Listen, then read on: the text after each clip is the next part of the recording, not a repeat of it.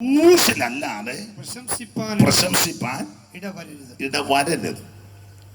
ഇന്ന് രാത്രി ദൈവകൃപയിൽ ശരണപ്പെട്ട് ശാന്തമായിട്ട് ആദ്യ ദിവസമാണ്, സുവിശേഷ യോഗമാണ്. തന്നെയുമല്ല അന്തരീക്ഷം ഇതാണ്, തന്നെയുമല്ല അധികം പ്രസംഗിക്കണ്ടെന്ന് പറയുകയും ചെയ്തു. അപ്പം ഇതെല്ലാം കൂടെ കണക്കിലെടുത്ത് നമുക്ക് ലളിതമായിട്ട് ചില കാര്യങ്ങളൊന്ന് ചിന്തിക്കാം. അതിനുശേഷം പ്രാർത്ഥിക്കാൻ കർത്താവ് ശരണപ്പെടുകയാണ്. എനിക്കോ നമ്മുടെ കർത്താവായ യേശുക്രിസ്തുവിൻ്റെ ക്രൂശിലല്ലാതെ പ്രശംസിപ്പാൻ ഇടവരരുത്. അപ്പോൾ ഒരു ദൈവ പൈതൽ അല്ലെങ്കിൽ ഒരു ദൈവദാസൻ, ഒരു ദൈവ മകൾ ക്രൂശിൽ പ്രശംസിപ്പാൻ കാരണം എന്നാ? ഇന്ന് രാത്രി അതാ നമ്മളൊന്ന് ശാന്തമായിട്ട് ചിന്തിക്കുന്ന ക്രൂശിൽ പ്രശംസിപ്പാനുള്ള കാരണം. ഇതെല്ലാം നിങ്ങൾക്ക് അറിവുള്ള കാര്യമാണ്. ഇപ്പം ഞാൻ ഇനി അടുത്ത വാക്യം പറയാം, ഇതൊക്കെയാണോ? ഇതൊക്കെ ഞങ്ങൾക്ക് അറിയാം, നിങ്ങൾക്കെല്ലാം അറിയാം. അപ്പം അതുകൊണ്ട് ഒരാൾ പറഞ്ഞു, അയ്യോ ഇതാണോ? ഞാൻ പറഞ്ഞു എല്ലാവർക്കും അറിയാവുന്ന കാര്യം പറയുന്നതാണ് നല്ലത്. ആർക്കും അറിയാൻ മേലാത്ത കാര്യം പറഞ്ഞിട്ടും വലിയ പിന്നെ അത് ചർച്ചാ വിഷയമാകും. അപ്പം അറിയാവുന്ന കാര്യം പറയുകയാണെങ്കിൽ എനിക്കും സുഖമായിട്ട് പോകാം, നിങ്ങൾക്കും. നിങ്ങൾ പോകുമ്പോൾ പറയുന്നില്ല ഞങ്ങൾക്ക് അറിയാവുന്ന കാര്യമായിരുന്നു. അപ്പോൾ അതാണ് നല്ലത്. അപ്പോൾ ക്രൂശിൽ പ്രശംസിപ്പാൻ കാരണം ആട്ടെ, പുതിയ നിയമത്തിലെ 21 ലേഖനം, റോമാലേഖനം മുതൽ യൂദയുടെ ലേഖനം വരെ 21 ലേഖനങ്ങളാണ്. ബൈബിൾ സ്കൂളിൽ പഠിപ്പിക്കുന്നവരൊക്കെ ചുമതലപ്പെട്ടവരുണ്ട്. എന്തെങ്കിലും തെറ്റ് വന്നാൽ പുറത്ത് മറ്റൊരാൾ കേൾക്കാതെ രഹസ്യമായിട്ട് വിളിച്ച് തിരുത്തി വേണം എന്നെ വിടാം. അപ്പോൾ 21 ലേഖനം, ഈ ലേഖനം സിംഹഭാഗ ലേഖനങ്ങളും പൗലൂസിനാൽ എഴുതപ്പെട്ട ലേഖനങ്ങളാണ്. ഏതാണ്ട് 14 ലേഖനം പൗലൂസ് എഴുതി, 13 ഉറപ്പിച്ചും തറപ്പിച്ചും പറയാ. ഒന്നൊരു തർക്കത്തില, എന്നാലും തർക്കം നമുക്കുമില്ല, സഭയ്ക്കുമില്ല. അതുകൊണ്ട് പൗലൂസ് തന്നെ എഴുതിയതാണ് എബ്രായ ലേഖനത്തെ പറ്റി. എന്തായാലും വളരെ ആഴമേറിയ ലേഖനങ്ങളാണ് പൗലൂസിന്റെ ലേഖനം. പത്രോസ് ആ കാര്യം ഒന്ന് സൂചിപ്പിക്കുന്നുണ്ടല്ലോ. സാധാരണക്കാർക്ക് ഇത് ഗ്രഹിപ്പാനൊക്കെ അല്പം പ്രയാസം, എന്നാലും പൊരുൾ തിരിച്ചു കൊടുത്താൽ അത് വളരെ അനുഗ്രഹവുമാണ്. ഈ പൗലോസിന്റെ 3 ഈ ലേഖനങ്ങളിൽ ദൈവശാസ്ത്രപരമായിട്ട് ലേഖനം പഠിപ്പിക്കാറുണ്ട്. അത് ബൈബിൾ സ്കൂളിലും സെമിനാരിലൊക്കെ പഠിപ്പിക്കും. അത് രക്ഷാശാസ്ത്രം, ക്രിസ്തുശാസ്ത്രം, സഭാശാസ്ത്രം, അന്ത്യകാല ശാസ്ത്രം. അപ്പോൾ രക്ഷാ തത്വശാസ്ത്ര പ്രകാരമുള്ള ലേഖനം, ക്രിസ്തുശാസ്ത്രത്തെ കീർത്തിക്കുന്ന ലേഖനം, സഭാശാസ്ത്രപരമായ ലേഖനം, അന്ത്യകാല ശാസ്ത്രപരമായ ലേഖനം. ആ ഭാഗത്തേക്കൊന്നും ഇപ്പൊ പോകുന്നില്ല. അപ്പോൾ തന്നെ പൗലോസിന്റെ 3 ലേഖനങ്ങൾ നാടൻ ഭാഷ പറഞ്ഞ തർജ്ജന ലേഖനങ്ങളാണ്. 3 ലേഖനം, ഗലാത്യ ലേഖനം, കൊരിന്ത് ലേഖനം, എബ്രായ ലേഖനം. ഇത് 3 തർജ്ജന ലേഖനങ്ങളാണ്. 3 ലേഖനം. ഈ 3 ലേഖനങ്ങൾ തർജ്ജന ലേഖനമാകാൻ കാരണമുണ്ട്. എന്താ ഈ തർജ്ജനം ചെയ്യുക എന്ന് പറഞ്ഞാൽ?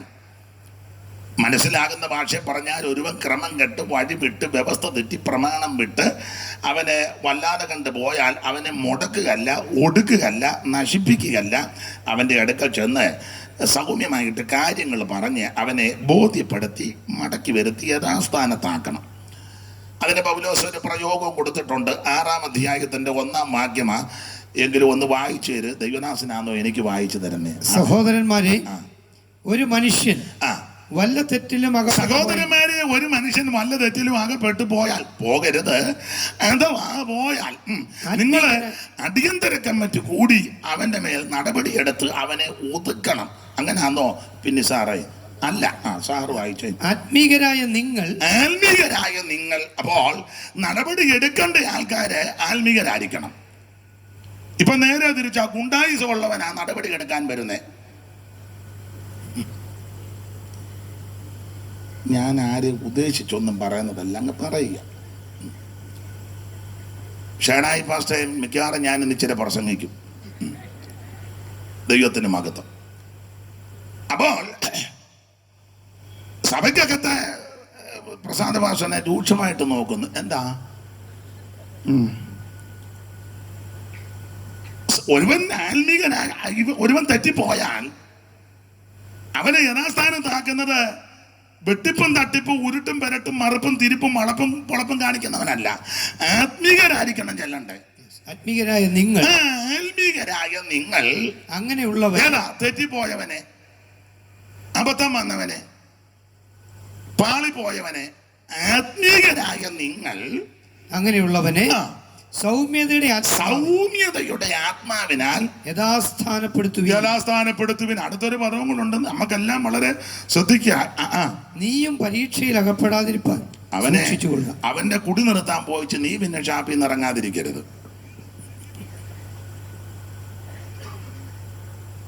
അവനെ ചാർമിനാറാ വലിച്ചത്. അവന്റെ വലി നിർത്തിയപ്പോ നീ മുട്ടി പഞ്ഞിയുള്ളതാണ്ടുണ്ടല്ലോ, എന്തേലും ആട്ടെ, നീ കുഴയരുത്.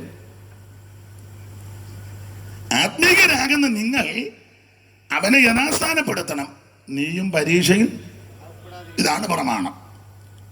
അല്ലാതെ അവനെ മുടക്കാനും മുടക്ക് കത്ത് കൊടുക്കാനും അവനെ ഒടുക്കാനും അതൊന്നും അല്ല നടപടി.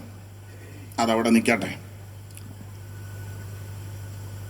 അപ്പോൾ ഈ 3 ലേഖനം തർജ്ജമ ലേഖനമാണ്. ഗലാത്യ ലേഖനം, കൊരിന്ത് ലേഖനം, എബ്രായ ലേഖനം. അപ്പൊ തർജ്ജമ ചെയ്യാന്ന് പറഞ്ഞാൽ മനസ്സിലാകുന്ന ഭാഷയല്ല. ഞാനതിന്റെ മൂലഭാഷയും അതിന്റെ ഭാഗത്തേക്കൊന്നും പോകുന്നില്ല, അതൊക്കെ അവര് പൊക്കോളും. എന്നാൾ പറഞ്ഞ പോലെ വയ്യാത്ത പട്ടി എന്തിനാ കയ്യാല കയറുന്നേ, എന്നെ കൊണ്ടൊക്കുന്നത് മതിയല്ലോ. അപ്പോൾ അവനെ സൗമ്യതയുടെ ആത്മാവിൽ ചെന്ന് യഥാസ്ഥാനപ്പെടുത്തണം. തർജ്ജനം ചെയ്യുകയും ചെയ്യണം. തർജ്ജനം ചെയ്യണം എന്നുള്ളത് ദൈവത്തിന്റെ ഹിതമാണ്. തെറ്റ് കണ്ടാൽ, ക്രമക്കേട് കണ്ടാൽ, പാളിച്ച കണ്ടാൽ, അപാകത കണ്ടാൽ വചനത്തിന്റെ വെളിച്ചത്തിൽ അവന് ഒടുങ്ങിപ്പോകാനല്ല, നേടിയെടുക്കാനുള്ള ഉദ്ദേശത്തോടെ അത് തർജ്ജനം ചെയ്യണം. തർജ്ജനം ചെയ്യണം എന്നുള്ളത് ദൈവത്തിന്റെ ഹിതമാണ്. ധന്യനായ പൗലോസ് തന്നെ പറഞ്ഞ കാര്യം നമുക്കറിയാം. വചനം പ്രസംഗിക്കുക, സമയത്തിലും അസമയത്തിലും ഒരുങ്ങിയിരിക്കുക, സകല ദീർഘക്ഷമയോടും ഉപദേശത്തോടും കൂടെ ശാസിക്കുക. അടുത്ത പദമാ തർജ്ജനം ചെയ്യുക. അപ്പൊ തർജ്ജനം ചെയ്യണമെന്നുള്ളത് ദൈവത്തിന്റെ ഹിതമാണ്. പൗലോസിന്റെ 3 ലേഖനങ്ങൾ തർജ്ജന ലേഖനങ്ങളാണ്. ഓർപ്പിച്ചല്ലോ, ഗലാത്യ ലേഖനം, കൊരിന്ത് ലേഖനം, എബ്രായ ലേഖനം. ഈ 3 ലേഖനം തർജ്ജന ലേഖനമാകാൻ കാരണം നാടൻ ഭാഷ, നമ്മളെല്ലാം നാട്ടുകാരാണല്ലോ, നാടൻ ഭാഷ പറഞ്ഞ 3 പെശകിനെതിരെയുള്ള ലേഖനമാണ്. 3 പെശക്. 1 ഉപദേശ പെശക്, 2 ജീവിത പെശക്, 3 വിശ്വാസ പെശക്. ഈ പെശകാണല്ലോ എല്ലായിടത്തും ഉള്ളതും. ഈ പെശകിനെ തൊട്ട ബാക്കി മുഴുവൻ പെശകും ഉള്ളത്. അപ്പോൾ ഉപദേശ പെശക്, ജീവിത പെശക്, വിശ്വാസ പെശക്. മോൻ ശ്രദ്ധിക്കുന്നുണ്ടല്ലോ? ശ്രദ്ധിച്ചോണം, എല്ലാവരും ശ്രദ്ധിച്ചോണം. എനിക്ക് നിങ്ങൾക്കും എല്ലാം ഗുണം വരുന്ന കാര്യം. 3 പെശക്. ഗലാത്യ ലേഖനം ഉപദേശ പെശകിന് എതിരെ എഴുതിയ ലേഖനമാണ്. കൊരിന്ത് ലേഖനം ജീവിത പെശക് കണ്ടവരെ കറക്റ്റ് ചെയ്യാൻ എഴുതിയ ലേഖനമാണ്. എബ്രായ ലേഖനം വിശ്വാസത്തിൽ പെശക് സംഭവിച്ച എബ്രായ ക്രിസ്ത്യാനികളെ ശരിയായ വിശ്വാസത്തിൽ അടിയുറച്ചു നിൽക്കുവാൻ ദീർഘവീക്ഷണത്തോടെ എഴുതിയ ലേഖനമാണ് എബ്രായ ലേഖനം. നമ്മൾ ഇന്ന് രാത്രി ഗലാത്യ ലേഖനത്തിൽ നിന്നാണ് വായിച്ചത്. ഉപദേശ പെശക 6 അധ്യായങ്ങളുണ്ട്. 1-ാം അധ്യായത്തിലെ ഒരു പ്രധാന വിഷയം, ഒത്തിരി വിഷയമുണ്ട് എങ്കിലും ഒരു പ്രധാന വിഷയം, വിപരീത ഉപദേശം പറയരുത്. അങ്ങനെ പറഞ്ഞാലുള്ള കുഴപ്പം, അങ്ങനെ പറയുന്നവരോട് നമ്മുടെ സമീപനം. ഞാൻ ഒരു കാര്യം പറഞ്ഞ ബുദ്ധിമുട്ടുണ്ടാകും, എന്നാലും പറയാതിരിക്കാൻ ഒക്കത്തില്ല. നമ്മുടെ ഒട്ടുമിക്ക കൺവെൻഷനുകളിലും എല്ലാം വിപരീത ഉപദേശക്കാരായി വരുന്നത്. ഉപദേശ ഐക്യമുള്ളവരില്ല. 5 ദിവസത്തെ യോഗമാണെങ്കിൽ 7 തരത്തിലുള്ള ഉപദേശക്കാരെയാണ് നമ്മൾ എല്ലാവരുടെയും ഫോട്ടോ വെച്ച് മുഴുവൻ തൂണയിലും പോസ്റ്റയിലും എന്ന് വേണ്ട സകലിടത്തും ഒരുത്തൻ തള്ളിയിടുന്നവൻ, ഒരുത്തൻ കുരപ്പിക്കുന്നവന്, ഒരുത്തന് ആഭരണം ഇടാന്ന് പറയുന്നവന്, ഒരുത്തൻ ഇടണ്ടെന്ന് പറയുന്നു, ഒരുത്തനെ വീഴ്ത്തുന്നവന്, ഒരുത്തൻ ഉന്തുന്നവൻ. നിങ്ങൾക്ക് മനസ്സിലാകുന്നില്ലയോ? അതോ ഇല്ലേ? ആട്ടെ.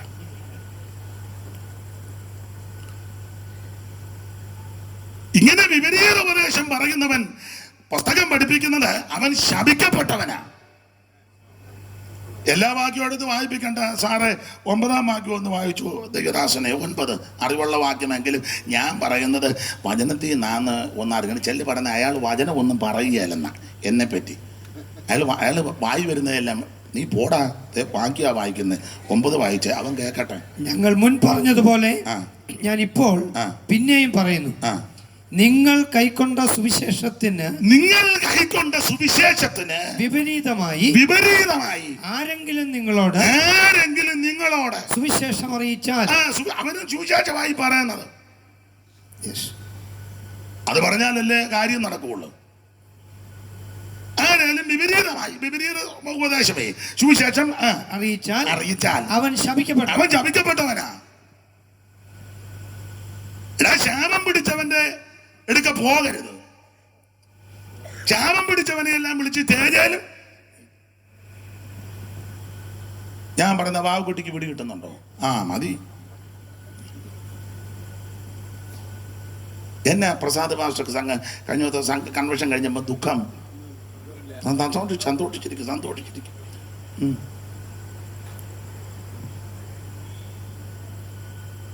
വിപരീത ഉപദേശം പറഞ്ഞാൽ അത് ശപിക്കപ്പെട്ടവനാ. സ്തോത്രം. എനിക്ക് ദൈവദാസൻ വായിച്ചു തരുന്നതിൽ അല്പ ഖേദമുണ്ട്. കാരണം എന്നെക്കാളും ശ്രേഷ്ഠനായ ഈ കർത്തൃദാസൻ എനിക്ക് വായിച്ചു തരുമ്പം എനിക്കൊരു ബുദ്ധിമുട്ട്. പാസ്റ്റർക്ക് കുഴപ്പമില്ലല്ലോ, ദൈവത്തിന് മഹത്വം. ആട്ടെ, ഇന്ന് ഭാഗ്യം പാസ്റ്റർക്ക് ഉണ്ടാകട്ടെ. കാരണം വായിച്ച് കേൾപ്പിക്കുന്നവൻ ഭാഗ്യമുള്ളവനാണ്. അപ്പൊ ശ്രദ്ധിക്കുക, വിപരീത ഉപദേശം പറഞ്ഞാൽ അത് ശപിക്കപ്പെട്ടതാ, ശാപമാ. ഈ തിരുവെടുത്ത് പഠിക്കുമ്പോൾ ശാപം വരാൻ ഒത്തിരി കാര്യം. നമ്മൾ പെന്തിക്കോസുകാരുടെ ഉപദേശവും പഠിപ്പീരുമെല്ലാം രക്ഷിക്കപ്പെട്ടതോടുകൂടി മുഴുവൻ ശാപവും മാറി. അതങ്ങനെ രക്ഷിക്കപ്പെട്ട അന്ന് വരെ അതിനു മുമ്പ് ചെയ്ത സകല അനീതികളും പാപങ്ങളും യേശുവിന്റെ പരിശുദ്ധ രക്തത്താൽ നീങ്ങുവാൻ. പ്രവാചകന്റെ ഭാഷ പറഞ്ഞ അത് മുഴുവൻ സമുദ്രത്തിന്റെ ആഴത്തിലിട്ടിരിക്കുക. എന്നാൽ രക്ഷിക്കപ്പെട്ടതിന് ശേഷം മരണം വരെ, കർത്താവിന്റെ വരവ് വരെ ഈ തിരുവെടുത്തിന് നിരക്കാത്തത് പറയുകയോ പ്രവർത്തിക്കുകയോ ചെയ്യുകയോ ചെയ്യിപ്പിക്കുകയോ ചെയ്താൽ ശാപം ഉണ്ടാകും. അതിന് ബലൂണൊന്നും പൊട്ടിക്കണ്ട. അങ്ങനൊക്കെ ഉണ്ട്. ശാപം മുറിക്കുന്നു, ശാപം പൊട്ടിക്കുന്നു. ഇവനെല്ലാം വട്ടുകേസുകൾ ഒത്തിരി ഉണ്ട്. ഒരു കാര്യം പറയാം, രക്ഷിക്കപ്പെടുന്ന അന്ന് വരെ ചെയ്തു കൂട്ടിയ മുഴുവൻ പാപങ്ങളും അകൃത്യങ്ങളും അനുദപിച്ച് ഏറ്റുപറഞ്ഞ് ഉപേക്ഷിച്ച് യേശുവേ അവിടുത്തെ പരിശുദ്ധ രക്തത്താൽ എന്നെ കഴുകണം, എന്റെ പാപങ്ങളെ മോചിക്കണം. അവിടുന്ന് എന്റെ പാപങ്ങളെ മോചിക്കുവാൻ അവൻ ശക്തനും വിശ്വസ്തനും നീതിമാനുമാണെന്ന് ബോധ്യം വരുന്നു. എന്റെ ഉള്ളത്തിലേക്ക് വരണം, എന്നെ അവിടുത്തെ രക്തത്താൽ കഴുകണമെന്ന് ഏത് മഹാഭാവിയും അനുതാപഹൃദയത്തോടെ പറയുമ്പോൾ അവന്റെ പാപത്തെ യേശു ക്ഷമിക്കും. അവന്റെ പുത്രനായ യേശു ക്രിസ്തുവിന്റെ രക്തം സകല പാപവും പോക്കി നമ്മെ ശുദ്ധീകരിക്കും. അതാ പ്രമാണം. എന്നാൽ ഇതിനകത്ത് വന്നതിന് ശേഷം ശാപമെല്ലാം മാറി. നമുക്ക് ഒരു പാട്ടുണ്ട്, നീങ്ങിപ്പോ എന്റെ, അങ്ങൊരു പാട്ടില്ലേ മോനെ, ഒരു പരിപാടിക്ക് ആരാ മോനാണോ പാടുന്നത്? പെട്ടെന്ന് പാടും, നേരമില്ല. നീങ്ങിപ്പോയെന്റെ ശാപങ്ങൾ, മാറിപ്പോയെന്റെ ശാപങ്ങൾ, സൗഖ്യമായെന്റെ രോഗങ്ങൾ യേശുവിൻ നാമത്തിൽ. നീങ്ങിപ്പോയെന്റെ പാപങ്ങൾ, മാറിപ്പോയെന്റെ ശാപങ്ങൾ,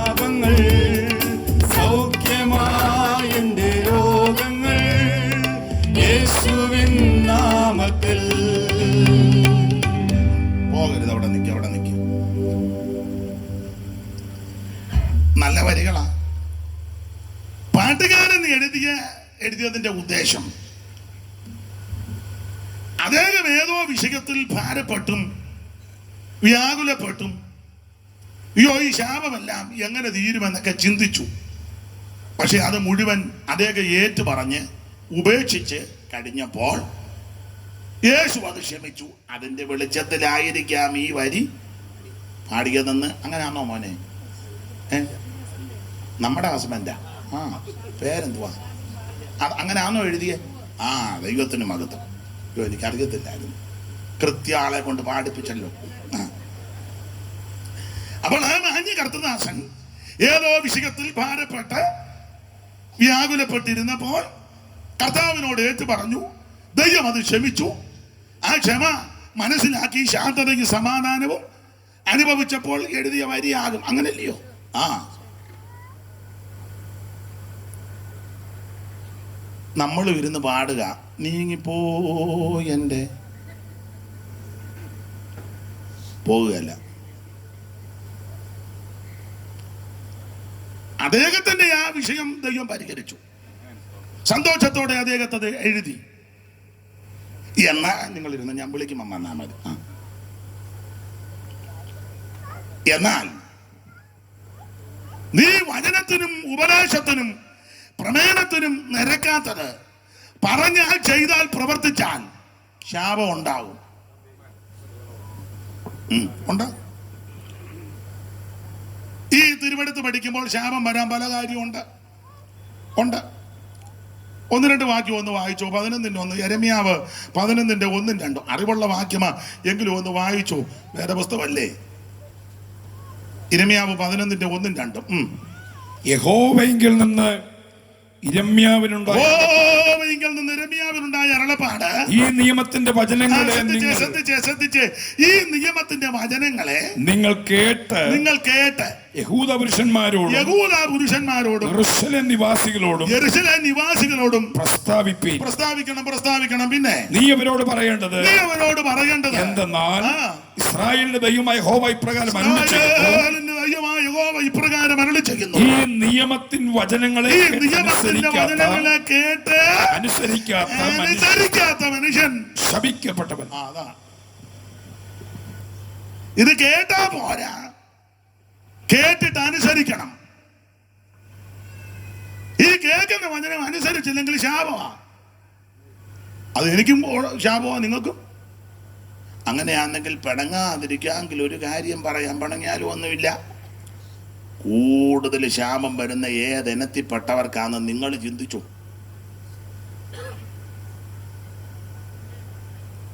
സ്തോത്രം. ഇതുപോലെ കേൾക്കുന്ന ആൾക്കാർ എവിടെ ഇരിക്കുന്നു? എന്തും വേണ്ട വാ കേൾക്കുന്നേ. സ്തോത്രം. തന്നെത്താനൊന്ന് ശോധന ചെയ്യണം. ഇത് കേട്ടാ പോരാ, കേൾക്കുന്ന വചനം അനുസരിക്കണം. രക്ഷകന്റെ ദൂത് കേട്ടാ പോരാ, നീ രക്ഷിക്കപ്പെടണം. സ്നേഹത്തിന്റെ ഉപദേശവും വചനവും കേട്ടു പോയാ പോരാ, കേൾക്കുന്ന ആ സമയം തന്നെ നീ അതിനായി സമർപ്പിച്ച് സ്നാനപ്പെടണം. അഭിഷേകത്തിന്റെയും വേർപാടിന്റെയും ഉപദേശങ്ങളും വചനങ്ങൾ കേട്ടു പോയാ പോരാ. ആഗ്രഹത്തോടെ ദൈവത്തോട് പ്രാർത്ഥിക്കണം. ആഗ്രഹിക്കുന്ന ആത്മാക്കളെ ദൈവം നിറയ്ക്കും. സ്നേഹത്തെ പറ്റി പ്രസംഗം, നല്ല പ്രസംഗം, നല്ല പ്രബന്ധം, നല്ല അവതരണ ശൈലി കൊള്ളാം. നല്ല പോയിന്റ്, നല്ല തോട്ട്സ്. അപ്പുറത്തുകാരുമായിട്ട് മിണ്ടിയിട്ട് 7 കൊല്ലം കഴിഞ്ഞു. മതിലും പൊക്കി കെട്ടി. ശാപം ഉണ്ടാവും. നിങ്ങളിപ്പോൾ ചിന്തിക്കുക, വളരെ ബന്ധപ്പെട്ട യോഗത്തിന് വന്ന് അയാൾ ശപിച്ചേച്ച് പോവാന്നല്ലോ. ദൈവമേ, ഞാൻ ശപിച്ചതല്ല, പുസ്തകത്തിലെ വാക്യമാണ്. നടത്തിപ്പുകാരും വേണേ പറയും, ഇയാളെ ആരാ വിളിച്ചത്? ഈ ശാപവും പിരാക്കും എല്ലാം പിരാഗിയേച്ച്. ഞാൻ പിരാകിയതല്ല, പുസ്തകത്തിലെ കാര്യമാണ്. നീ വചനം, ആ കേൾക്കുന്ന വചനം ഞാനും നിങ്ങളും അനുസരിച്ചില്ലെങ്കിൽ ശാപം ഉണ്ടാകുമെന്ന് വിവരിക്കുന്നില്ല. എന്തിനാ വിവരിക്കുന്നത്? എല്ലാം അറിയാം, നിങ്ങൾ വിവരിച്ചോളുമല്ലോ. 17:5 വായിച്ചോ. യെരമ്യാവ് ഓടിച്ച് വായിക്കാം. ഇനിയിപ്പോൾ അതേ ഒക്കുള്ളൂ. 17:5 ഇന്നുള്ളതുപോലെ ഞാൻ നിങ്ങളോട് പിതാക്കന്മാർക്ക് പാലും തേനും ഒഴുകുന്ന ദേശം കൊടുക്കും എന്നിങ്ങനെ 17-5 യഹോവ ഇപ്രകാരം അരുളി ചെയ്യുന്നു, മനുഷ്യനിൽ ആശ്രയിച്ച് യഹോവ ഇപ്രകാരം അരുളി ചെയ്യുന്നു, മനുഷ്യനിൽ ആശ്രയിച്ച് ജഡത്തെ തന്റെ ഭുജമാക്കി ഹൃദയം കൊണ്ട് യഹോവയെ വിട്ടുമാറുന്ന മനുഷ്യൻ ശപിക്കപ്പെട്ടവൻ. അങ്ങനെ ശാപം വരും. എന്റെ കൈമിടുക്ക് കൊണ്ടും എന്റെ കഴിവ് കൊണ്ടും ഞാനുള്ളത് കൊണ്ട് ഇതൊക്കെ നടന്നു എന്നൊക്കെ ചിന്തിച്ചാ പറഞ്ഞാൽ, ആ ചിന്തയോടെ ജീവിച്ചാൽ അതും ശാപമാണ്. നമ്മുടെ മിടുക്കൊന്നുമല്ല, അവിടുത്തെ കൃപയാ. നാം ആകുന്നത് ദൈവത്തിന്റെ മഹാകൃപ കൊണ്ടാണ്. മനുഷ്യനിൽ ആശ്രയിച്ച് ജഡത്തെ ഭുജമാക്കി ഹൃദയം കൊണ്ട് യഹോവയെ വിട്ടുമാറും. ഇവിടെ ഇരിക്കുന്നെങ്കിലും ഹൃദയം വേറെ സ്ഥലത്താ. കൊരങ്ങൻ പറഞ്ഞതുപോലെ, അയ്യോ പറയണ്ടായിരുന്നോ അത്തിമരത്തേല വെളിയിലോട്ട് പോകുമ്പോ ഞാൻ അങ്ങനെ കൊണ്ടുപോകുക. അയാൾ ഇവിടെ ഇരിക്കുന്നുണ്ട്, കൈ അടിക്കുന്നുണ്ട്, പാടുന്നുണ്ട്, പ്രസംഗിക്കുന്നുണ്ട്, എല്ലാം ചെയ്യുന്നുണ്ട്, പക്ഷെ ഹൃദയം ഇവിടെ ഒന്നും അല്ല. എന്നാൽ സങ്കീർത്തനക്കാരൻ ഒരു ഭാഗം പാടി, എൻ്റെ ഹൃദയവും എൻ്റെ മാംസവും ജീവനുള്ള ദൈവത്തെ നോക്കി ഘോഷിക്കുന്നു. നിങ്ങളുടെ ശരീരം കൊണ്ടും ദൈവത്തെ മഹത്വപ്പെടുത്തണം. അത് വന്ന് വിടുക. വിവരിക്കുന്നില്ല. ശാപം വരാനുള്ള കാരണം എന്ന് പറയുന്നതേ ഉള്ളൂ. 48:10 വായിച്ചു. അറിവുള്ള വാക്യം യിരെമ്യാവ് 48:10 പെട്ടെന്ന് വായിച്ചു. 48:10. യഹോവയുടെ പ്രവൃത്തി ഉദാസീനതയോടെ ചെയ്യുന്നവൻ ശപിക്കപ്പെട്ടവൻ. അങ്ങനെ ചെയ്താൽ അത് ശാപമാണ്. കർത്താവിന്റെ വേലയ്ക്ക് ഇറങ്ങി ഉഴപ്പി അടിച്ചാ ജീവിക്കുന്നെങ്കിൽ ശാപമാണ്. ഞാൻ 50 കൊല്ലമായി 48-ൽ പരം വർഷമായി കഴിഞ്ഞ ദീർഘവർഷം ഒന്നും പറഞ്ഞിട്ട് ഏക്കുകയല്ല. ഉഴപ്പിയാൽ കണ്ണടയുന്നത് വരെ, ജീവൻ പോകുന്നത് വരെ, ആരോഗ്യമുള്ളത് വരെ ഉത്സാഹത്തോടെ വേല ചെയ്തോണം. ഉഴപ്പരുത്. ഞാൻ ദൈവദാസന്മാരോടും ഒക്കെ പറയാം, എന്നെയും പ്രതിയാക്കി പറയാ, ഒറ്റ യോഗ ഉഴപ്പി നടത്തരുത്. ചിലർ യോഗമൊക്കെ കൂടിയാൽ നമുക്കൂടെ ഉറക്കം വരും. വന്നിരുന്ന പ്രാർത്ഥിക്കാം. ആ പ്രാർത്ഥന കേൾക്കുമ്പോഴേ മയക്കുവടി കൊണ്ടതുപോലെ എല്ലായിടത്തും ചിലയിടത്ത് ഒരു പാട്ട് പാടാം. എന്നാൽ വിശ്വാസി അവിടെ നിന്നോടേക്ക് ഏതെങ്കിലും ഒരെണ്ണം പാടാം. നമുക്ക് പെന്തിക്കോസുകാർക്ക് ഒരു 3-4 പാട്ട് സെലക്റ്റഡ് ഉണ്ട്. അത് തുടക്കം ഇങ്ങനെ പാടി പൂ ലൈലാൻഡിൻ്റെ വണ്ടി കയറ്റം കയറി, കുട്ടിക്കാനം കയറ്റം കയറി വരും പോലെ. ഇതൊക്കെ എല്ലായിടത്തും കാര്യമല്ല. പിന്നെ 2 പേര് പ്രാർത്ഥനയ്ക്ക് ഇട്ടിട്ടുണ്ട്. പിന്നെ സഭായവാന ഒരു സങ്കീർത്തനം, അതിൽ നിന്ന് എന്തെങ്കിലും പറഞ്ഞു. ഇപ്പം അതുമില്ല, സങ്കീർത്തനം വായിക്കുന്നില്ല, മിക്കയിടത്തും അതുമില്ല. ഒന്നെങ്കിൽ ഗസ്റ്റ് അല്ലെങ്കിൽ അവിടുത്തെ പാസ്റ്റർ, ഒരു സാക്ഷിക്ക് അത്യാവശ്യം കുറച്ച് പേര്. പണ്ടൊക്കെ ഞാൻ കണ്ടിട്ടുണ്ട്, ഒരറ്റം മുതൽ സാക്ഷ്യമാണ്. സാക്ഷി ഉണ്ടല്ലോ. ആശുപത്രി പോയ ചരിത്രമൊന്നുമല്ല സാക്ഷി പറഞ്ഞത്. സാക്ഷി പറഞ്ഞത് കഴിഞ്ഞ ആഴ്ച പനിയായിരുന്നു, സുഖമില്ലായിരുന്നു, പാസ്റ്റർ പ്രാർത്ഥിച്ചു, യേശു സൗഖ്യമാക്കി, സൗഖ്യത്തോടെ ആരാധനയ്ക്ക് വന്നു. ഇതാ സാക്ഷി അന്ന്. ഇന്ന് പറയുന്ന കഴിഞ്ഞ ആഴ്ച പനിയായിരുന്നു, പാസ്റ്റർ വന്ന് പ്രാർത്ഥിച്ച് മെഡിക്കൽ കോളേജിൽ വിട്ടു. അവിടെ 2 ആഴ്ച കിടക്കാൻ തക്കവണ്ണം ഇടയായി. ഡോക്ടറോട് ദൈവം ഇടപെടുവാനും ഇടയായി. മരുന്നെല്ലാം കയറേണ്ട സ്ഥലത്ത് കൃത്യമായിട്ട്. ഇതൊക്കെ ഇപ്പോഴത്തെ സാക്ഷി. ഇപ്പോൾ ഞാൻ ഉളിയ എടുത്തുകൊണ്ടിരിക്കുക, തെറ്റാതെ കഴിക്കാൻ വേണ്ടി ദൈവമക്കൾ 5-5 എണ്ണം ഉണ്ട്. തെറ്റി രാവിലെ കഴിക്കേണ്ട വൈകിട്ട് കഴിച്ചാലോ. ഇതൊക്കെ ഇപ്പോഴത്തെ സാക്ഷി. പണ്ടത്തെ സാക്ഷ്യം കേൾക്കുമ്പം രോഗിയായിട്ടാരെങ്കിലും വന്നിട്ടുണ്ടെങ്കിൽ അവൻ അന്നാരെ സൗഖ്യമാണ്. അതാ സാക്ഷി. ഞാൻ ആ ഭാഗത്തേക്കൊന്നും പോകുന്നില്ല. എല്ലാ അലസതയാ, ഉദാസീനത. അയ്യോ, ഉദാസീനതയോടെ വേല ചെയ്താൽ ശപിക്കപ്പെട്ടെ. ഏതായാലും ഷേണായി പാസ്റ്റർക്ക് ശാപമൊന്നും വരികയല്ല. എന്ത് ചെയ്യും? എവിടെ പോയി? ഒരു ശാപവും വരികയല്ല. നന്നായിട്ട് തീക്ഷണതയോടെ വേല ചെയ്യുന്നല്ലോ. നിങ്ങളും അങ്ങനെ തന്നെ. ഞാൻ പ്രത്യക്ഷത്തിൽ അങ്ങ് പറഞ്ഞതേ ഉള്ളൂ. നിങ്ങൾ പറയുമ്പോൾ ഒരു ഷേണായി പാസ്റ്ററെ കളത്താൻ വന്നേക്കുന്നു. അങ്ങനൊന്നും ചിന്തിക്കണ്ട. അപ്പൊ ഒരു കാര്യം പറയാം, കർത്താവിന്റെ വേല ഉദാസീനതയോടെ ചെയ്യരുത്. സ്തോത്രം. ഞാൻ വളരെ പ്രാഗൽഭ്യത്തോടെ പറയാം, നാളത്തെ അറിയത്തില്ല. ഞാൻ കഴിവിൻ്റെ പരമാവധി ഉദാസീനതയോടെ ചെയ്യാൻ എനിക്ക് താല്പര്യമില്ല. സ്തോത്രം. ഞാൻ എപ്പോഴും പറയും, എൻ്റെ സമയമൊന്നും ഞാൻ കളയത്തില്ല, വെറുതെ കളയത്തില്ല. കളയത്തില്ല, ഒരു സമയം കളയുകയില്ല.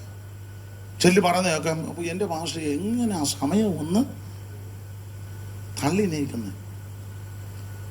എനിക്കാണെങ്കിൽ സമയം തികയാതിരിക്കുക. ദൈവത്തിന് മഹത്വം. സമയം നഷ്ടപ്പെടുത്തി കളയരുത്. അത് കർത്താവിൻ്റെ വേല അലസനായിട്ട് ഉദാസീനതയോടൊന്നും ചെയ്യരുത്. ദൈവത്തിന് മഹത്വം. ഇന്നലെ പാലമറ്റത്ത് കൺവെൻഷനായിരുന്നു, നല്ല കൂട്ടമായിരുന്നു. അത് കഴിഞ്ഞ് ഞങ്ങൾ ഒത്തിരി രാത്രിയായ വീട്ടിൽ ചെന്നത്. പ്രാർത്ഥിച്ചു, ഒന്ന് മയങ്ങി വെളുപ്പിനെ എഴുന്നേറ്റു. ദൈവത്തിന് മഹത്വം. വളരെ വെത്തപ്പാടുകളുണ്ട്. ചില ദുഃഖഭവനങ്ങളിലൊക്കെ പോയി, പള്ളിപ്പാട്ട് ഒരു തുരുതി പറ്റിക്കോണത്തിലെ മരണമുണ്ട്, അവിടെയും പോയി. അതിനുശേഷം അങ്ങ് ഏഴംകുളത്തിനപ്പുറം തേപ്പുപാറ പകൽ യോഗം ഉണ്ടായിരുന്നു. യോഗം കഴിഞ്ഞ് 2 മണി വരെ ഇവിടെ ശുശ്രൂഷ. അത് കഴിഞ്ഞ് അവിടുന്ന് തിരിച്ച് വന്ന് വേറെ അല്പം വെത്തപ്പാണ്. ഇതൊക്കെ കഴിഞ്ഞായി വരുന്നത്. ഇനി ഇത് കഴിഞ്ഞ് വേറൊരു സ്ഥലത്തോട്ട് പോകണം. നാളെയൊക്കെ ഇതൊക്കെ തന്നെ സ്തോത്രം. ഞാൻ എൻ്റെ അനുഭവത്തിൽ നിന്നും കൂടെ ആയി പറയുന്നത്. ഒരാൾ എന്നോട് പറഞ്ഞ് ഇങ്ങനെ ഉറങ്ങാതിരുന്നാൽ വട്ടം ഉണ്ടാകുമെന്ന്. നമ്മളെ ബലപ്പെടുത്തുക. ഞാൻ പറഞ്ഞതാൽ ഇത്രയും കൊല്ലമായിട്ടൊന്നും ഇച്ചുമ്പ കയ്യൊന്നും പറഞ്ഞില്ല. പറയുന്നെന്നാ എല്ലാവരും പറയുന്നേ. അങ്ങനെ പറഞ്ഞു. അയാൾ വചനം ഒന്നും പറയില്ല. അയാൾ വായി വരുന്നതല്ലേ, ഈ വായിച്ചതെല്ലാം ആക്കിയതല്ലേ അല്ലേ? ദൈവത്തിന് മഹത്വം. യഹോവയുടെ പ്രവൃത്തി ഉദാസീനതയോടെ ചെയ്താൽ ശപിക്കപ്പെട്ടവനാ. ഇനിയുണ്ട് ശാപം വരാൻ കാര്യം. മലാഖി 3:9, 2:9 നമുക്കറിവുള്ള വാക്യമാണ്. അതെല്ലാവർക്കും വലിയ താല്പര്യമുള്ള വാക്യമൊന്നുമല്ല.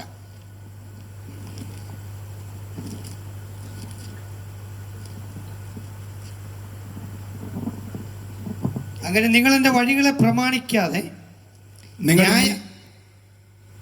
നിങ്ങൾ എൻ്റെ വഴികളെ പ്രമാണിക്കാതെ ഈ ജാതി മുഴുവൻ നിങ്ങൾ ഈ ജാതി മുഴുവനും തന്നെ എന്നെ തോൽപ്പിക്കുന്നത് കൊണ്ട് നിങ്ങൾ ശാപഗ്രസ്തരാ. തോൽപ്പിക്കരുതേ. തോൽപ്പിച്ച ശാപമാ. ഒന്നും വിശദീകരിക്കുന്നില്ല. മത്തായി എടുക്കേണ്ട 26 ഒക്കെ ചേർത്ത് പഠിച്ചാൽ ഇടത്തുള്ളവരോടും വലത്തുള്ളവരോടും പറയുന്ന കാര്യമുണ്ട്. അവരോടും പറയാ ശപിക്കപ്പെട്ടവരാ. അതിനാ നിങ്ങൾ എനിക്ക് കുടിക്കാനൊന്നും തന്നില്ല, രോഗിയായപ്പോൾ നിങ്ങൾ വന്ന് കണ്ടില്ല, നഗ്നനായിട്ടിരുന്നപ്പോൾ നിങ്ങൾ എന്നെ അവർ ചോദിച്ചു ഞങ്ങൾ എന്തെല്ലാം പ്രവർത്തനങ്ങളാ. പിന്നെ വെള്ളം പൊങ്ങിയപ്പോൾ മണ്ണും പഴവും കൊടുത്തു, പുതപ്പ് കൊടുത്തു. സ്തോത്രം. കിറ്റ്. അതാ പറഞ്ഞാ ഞാനിതൊന്നും അറിഞ്ഞില്ലെന്ന് പറഞ്ഞു. ഞാൻ ആ ഭാഗവതം വിവരിക്കുന്നില്ല. അവ ശാപം വരാനുള്ള കാരണമാണ്. കൊടുക്കേണ്ടവന് കൊടുക്കണം. ഇവർ കൊടുക്കേണ്ടവർക്ക് കൊടുക്കുക. ഞാൻ എന്നെയും പ്രതിയാക്കി പറയാം. നമ്മൾ സത്യം പറഞ്ഞാൽ കൊടുക്കേണ്ടവർക്ക് അല്ല കൊടുക്കുന്നത്. ഇപ്പോൾ ഒരു ഉദാഹരണം പറയാം. ഞാൻ 1-ാം പ്രതി ഞാനാ. ഉദാഹരണം, നമ്മുടെ സഭയിലെ വളരെ ക്ഷീണിതരും, എൻ്റെ ഭാഷയാണ് കേട്ടോ, ഭാഷയൊന്നും അത്ര നല്ലത്, പരുവക്കേടുള്ളവരെ വിളിച്ച് നമ്മൾ ഏതേലും ആഴ്ചയിൽ അവർക്ക് നല്ല ഭക്ഷണം നമ്മൾ കൊടുക്കുമോ? എല്ലാവരും. ഞാൻ 1-ാം പ്രതി നമ്മൾ കൊടുക്കുന്നത് നമുക്ക് കട്ടയുള്ളവരെ. എന്നാ നിങ്ങളെല്ലാം ഇങ്ങനെ ഇരിക്കുന്നേ? നമ്മുടെ സ്റ്റാറ്റസിനും കുടുംബ ശ്രേഷ്ഠതയ്ക്കും മഹിമയ്ക്കും നമ്മുടെ ബിസിനസ്സിനും നമ്മുടെ ശുശ്രൂഷകൾക്കും ഒക്കെ കിടനിൽക്കുന്നവരുണ്ട്. അവരോട് പറയും വീട്ടിലോട്ടൊന്ന് വരണം, ഫാമിലി ആയിട്ട്. കൊമരകത്തിൽ നിന്ന് കരിമീനും ഒക്കെ മേടിച്ച്. 1-ാം പ്രതി ഞാനാ 1-ാം പ്രതി, നിങ്ങളൊന്നും അല്ല. അവർക്ക് നമ്മൾ യഥോചിതം ചെയ്യും. കുറച്ച് കഴിയുമ്പോൾ അവർ നമ്മളെ അങ്ങോട്ടും, അതാ ഉന്നവും. എന്നാൽ ഇത് തിരിച്ച് ചെയ്യാൻ പറ്റാത്തവർ നമ്മുടെ സഭയിലും സെന്ററിലും ഉണ്ട്. അവരെ വിളിക്കുവോ? അങ്ങനെയൊക്കെ വിളിക്കുന്നുണ്ടെങ്കിൽ ഞാൻ തിരിഞ്ഞേക്കാം, ഹല്ലേലൂയ പറയേണ്ട കൈ പൊക്കിക്കും. കൈ താത്തിട് മതി. ഒത്തിരി നേരം പൊക്കിക്കൊണ്ടിരിക്കണ്ട. 1-ാം പ്രതി ഞാന്. ദൈവത്തിന് മഹത്വം. അതെ, ചിലര് വിഷമിക്കുന്നതായിട്ട് കാണുന്നു. വിട്ടേക്കാം, എന്തിനാ വെറുതെ ആലോചന ഉണ്ടാക്കുന്നത്? ശാപം വരാൻ കാരണം ആവശ്യമില്ലാത്തത് കാണുകയും കേൾക്കുകയും ചെയ്താൽ അതും ശാപമാ. ആവശ്യമില്ലാത്തത് ഒരു വാക്യം പാസ്റ്ററെ, ഞാൻ വാക്യം മറന്നുപോയി. എനിക്കാന്ന് ഈ ദിവസങ്ങളിൽ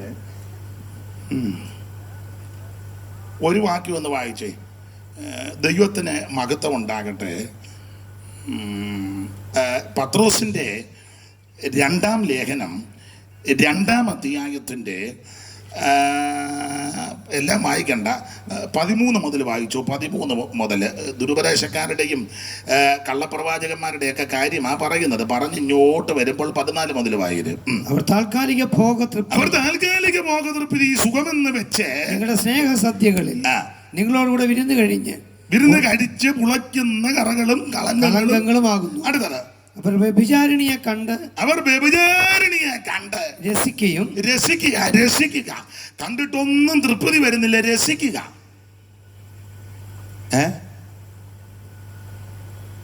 മിണ്ടുന്നില്ലല്ലോ ആരും. എടുക്കപ്പെട്ടതാണോ എല്ലാരും? കണ്ടങ്ങ് പണ്ടൊക്കെ വണ്ടിക്കൂലി മുടക്കി കോട്ടയത്ത് പോകണം കാണാൻ. അതും തിക്കും പൊക്കും നോക്കിയാ ചാടി. എന്താ എന്നതാണെന്നൊന്നും എന്നോട് ചോദിക്കരുത്. ചോദിച്ചാൽ ഞാൻ പിന്നെ തെളിച്ച് പറയേണ്ടി വരും. പാസ്റ്റർ കണ്ണടച്ച് കാണിക്കുന്ന ഒന്നും പറയരുതെന്ന്. ഇല്ല, പറയത്തില്ല, പേടിക്കൊന്നും വേണ്ട. അവര് കള്ളപ്രവാചകന്മാരും ദുരുപദേശക്കന്മാരും നവീന ഉപദേശക്കാരും ഭാഷന്റെ ഉപദേശക്കാരും വിരുദ്ധോപദേശക്കാർ, അവരുടെ കാര്യമാണ് നിഷ്ഠുണ്ട്. ഇവര് വ്യഭിചാരിണിയെ കണ്ട് വായിച്ചോ, രസിക്കുക. കണ്ട് രസിക്കുക. കണ്ടിട്ടൊന്നും മതി വരുന്നില്ലല്ലോ. വരുന്നോ? പണ്ട് ഞാനെപ്പോഴും പറയും, പുരാണ കഥയാ. സ്കൂളിലും ഒരു വരി പഠിച്ചതാ. നമ്പ്യാരുടെ ഫലിത സാമ്രാട്ടാണല്ലോ അദ്ദേഹം എഴുതിയ കല്യാണ സൗഗന്ധികം. അപ്പം അതിനകത്ത് ഭീമൻ ഭാര്യയ്ക്ക് പൂ പറിക്കാൻ പോയി. പൂവിൻ്റെ പേരും മറന്നുപോയി. കല്യാണ സൗഗന്ധികം. പൂ പറിക്കാൻ പോയി. അപ്പോൾ അത് പൂ പറിക്കാനായിട്ട് പോയി. അന്ന് ദൂരെ വെച്ച് തടസ്സങ്ങളൊക്കെ ഒത്തിരി വന്നെന്നാ പഠിച്ചതാ. വഴിയിൽ ഒരു കുരങ്ങനും കടന്നു. അങ്ങോട്ട് മാറാൻ പറഞ്ഞ പുള്ളി പറഞ്ഞ് ഗത കൊണ്ട് അങ്ങോട്ട് മാറ്റി വെച്ച് അങ്ങ് നടന്നു പോകാൻ പറഞ്ഞു. ആരോഗ്യമുണ്ടല്ലോ, ഗതയും കയ്യിലുണ്ടല്ലോ. പുള്ളി ഗത കൊണ്ട് പൊക്കി വെച്ചെന്ന് മാലനങ്ങുന്നില്ല. പഠിച്ചതല്ലേ, സാമേ പഠിച്ചതല്ലേ. പഠിച്ചതാ. അപ്പൊ ഇയാള് ഇങ്ങനെ ഇളക്കിയിട്ടൊന്നും ഗത ഈ വാലനങ്ങുന്നില്ല. അപ്പൊ പുള്ളി അവിടെ ചരിഞ്ഞു കിടന്നുകൊണ്ട് പുള്ളിയോട് ചോദിച്ചു, മുറിയുന്നെന്തടോ ഭീമ, ഗതയോ നമ്മുടെ വാലോ. അത് കേട്ടപ്പോൾ പുള്ളിക്ക് പിന്നെ ഇളക്കമായി. ചുരുക്കി പറഞ്ഞ ഇതെല്ലാം കഴിഞ്ഞ് പുള്ളി അവിടുത്തെ പ്രശ്നമെല്ലാം പരിഹരിച്ചങ്ങ് ചെന്നു. അപ്പം ചെന്നപ്പം ആ പൂ കണ്ടു. കുളത്തിനകത്ത് പൂ കാണുക മാത്രമല്ല, അതിനു മുന്നേ വേറെ ഒത്തിരി കണ്ടു. അത് നമ്പ്യാർ കൊടുത്തിരിക്കുന്നത് ഇങ്ങനെ: കല്ലോലജാലം കളിക്കുന്ന കണ്ടു, കമലമണി നിറമുടയ കമലമത് കണ്ടു. എല്ലാം പുള്ളി കാണുക. ഇതും കാണുകയായിരുന്നു. കണ്ട് രസിച്ചെന്ന് ഭീമൻ രസിച്ചതുപോലെ കല്ലോലജാലം കളിക്കുന്ന കണ്ടു, കമലമണി നിറമുടയ കമലമത് കണ്ടു. കല്യാണിമാരും കുളിക്കുന്ന കണ്ടു, അതും കണ്ടു. പൊല്ലുമയ്ക്കൊട്ട് ചട്ടില ജലവട്ടവും അത് കണ്ടു. അന്നങ്ങളങ്ങൂ പറക്കുന്ന കണ്ടു, അതും കണ്ടു. അനതരനം അവയ്ക്കൊട്ടയ്ക്ക് നടനമത് കണ്ടു. ഐരാവതം വന്നിറങ്ങുന്ന കണ്ടു, അതും പുള്ളി കണ്ടു. മാരാരിക്കൂറ്റൻ മതിക്കുന്ന കണ്ടു.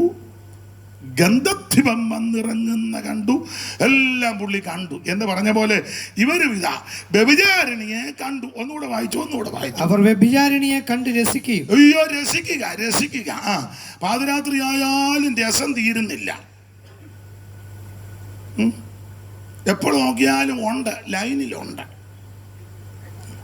സഭായത്തിലിരിക്കും അങ്ങ് കുടുന്നു പൊങ്ങുക, വേനക്കുരു വന്നതുപോലെ. സഭായം 12:30 കഴിഞ്ഞാൽ ഉടനെ കുടുന്നു പൊങ്ങുക.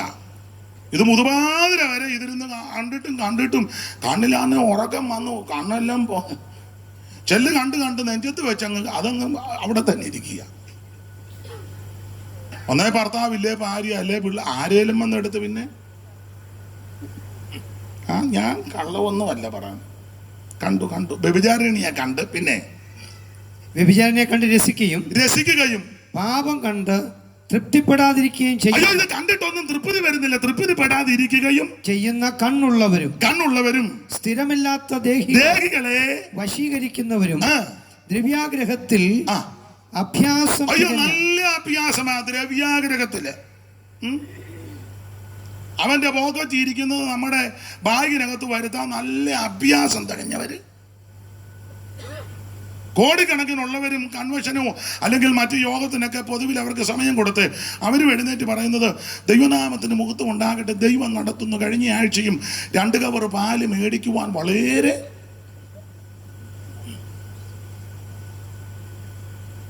ചില കൺവെൻഷൻ നടത്തുമ്പോൾ കടന്ന് തെണ്ടുന്ന കണ്ടിട്ടില്ലേ? അവിടെ ഇരിക്കുന്ന ഒരാൾ നിരൂപിച്ചാൽ മതി ഇതുപോലെ 9 കൺവെൻഷൻ. ഞാൻ പറഞ്ഞ പിന്നെ സാറിന് പിടി കിട്ടുന്നുണ്ടോ? ഇല്ല. കടന്ന് അങ്ങ് യാചിക്കുക, തായോ. നല്ല അഭ്യാസം തികഞ്ഞ ആൾക്കാരുണ്ട്. ഞാൻ വിവരിക്കുന്നില്ല. അഭ്യാസം തികഞ്ഞ ദിവ്യാഗ്രഹത്തിന് അഭ്യാസം തികഞ്ഞ ഹൃദയമുള്ളവരുമായ ശാപയോഗ്യന്മാർ. അവര് ശപിക്കപ്പെട്ടവരാ. അങ്ങനെയുള്ളവർ ശപിക്കപ്പെട്ടവരാ. ആവശ്യമില്ലാത്ത കാണുവാൻ നിന്റെ കണ്ണ് വിനിയോഗിക്കരുത്, കേൾക്കാൻ ചെവിയും ചായ്ക്കരുത്. ഒരു പഴയ പാട്ടിന്റെ വരിയുണ്ട്, അറിയാമെങ്കിൽ പാടും. മായയെ നോക്കാതെ വണ്ണം മമ കൺകൾ നീ തിരിച്ചു. മായയെ നോക്കാതെ വണ്ണം മമ കൺകൾ നീ തിരിച്ചു. മകൾ ഗുരു നിൻ വഴിയിൽ എന്നെ നടത്തണമേ. മകൾ ഗുരു നിൻ വഴിയിൽ എന്നെ നടത്തണമേ. ഇന്നത്തെ എൻ ക്രിയകളും വാഗ്മനോഭാവങ്ങളെല്ലാം, ഇന്നത്തെ എൻ ക്രിയകളും വാഗ്മനോഭാവങ്ങൾ. നല്ല വരികളാ. എനിക്ക് തോന്നുന്നത് PV തോമയുടെ ആണോ TJ വർഗീയ ആശാന്റെ ആണോ എന്നൊരു ഡൗട്ടുണ്ട്, കൃത്യം അറിയത്തില്ല. രാവിലെ ഇതൊക്കെ പാടണം. അല്ല, രാവിലെ ഇരുന്ന് പാടുക. എൻ്റെ വീട്ടിലാകാരം, രാവിലെ ഇത് തന്നെ. കുറയണ്ട. രാവിലെ ഇങ്ങനെയുള്ള ചില പാട്ടുകളൊക്കെ പാടിയ ചെന്ന് പോയേ സുഖമാണ്.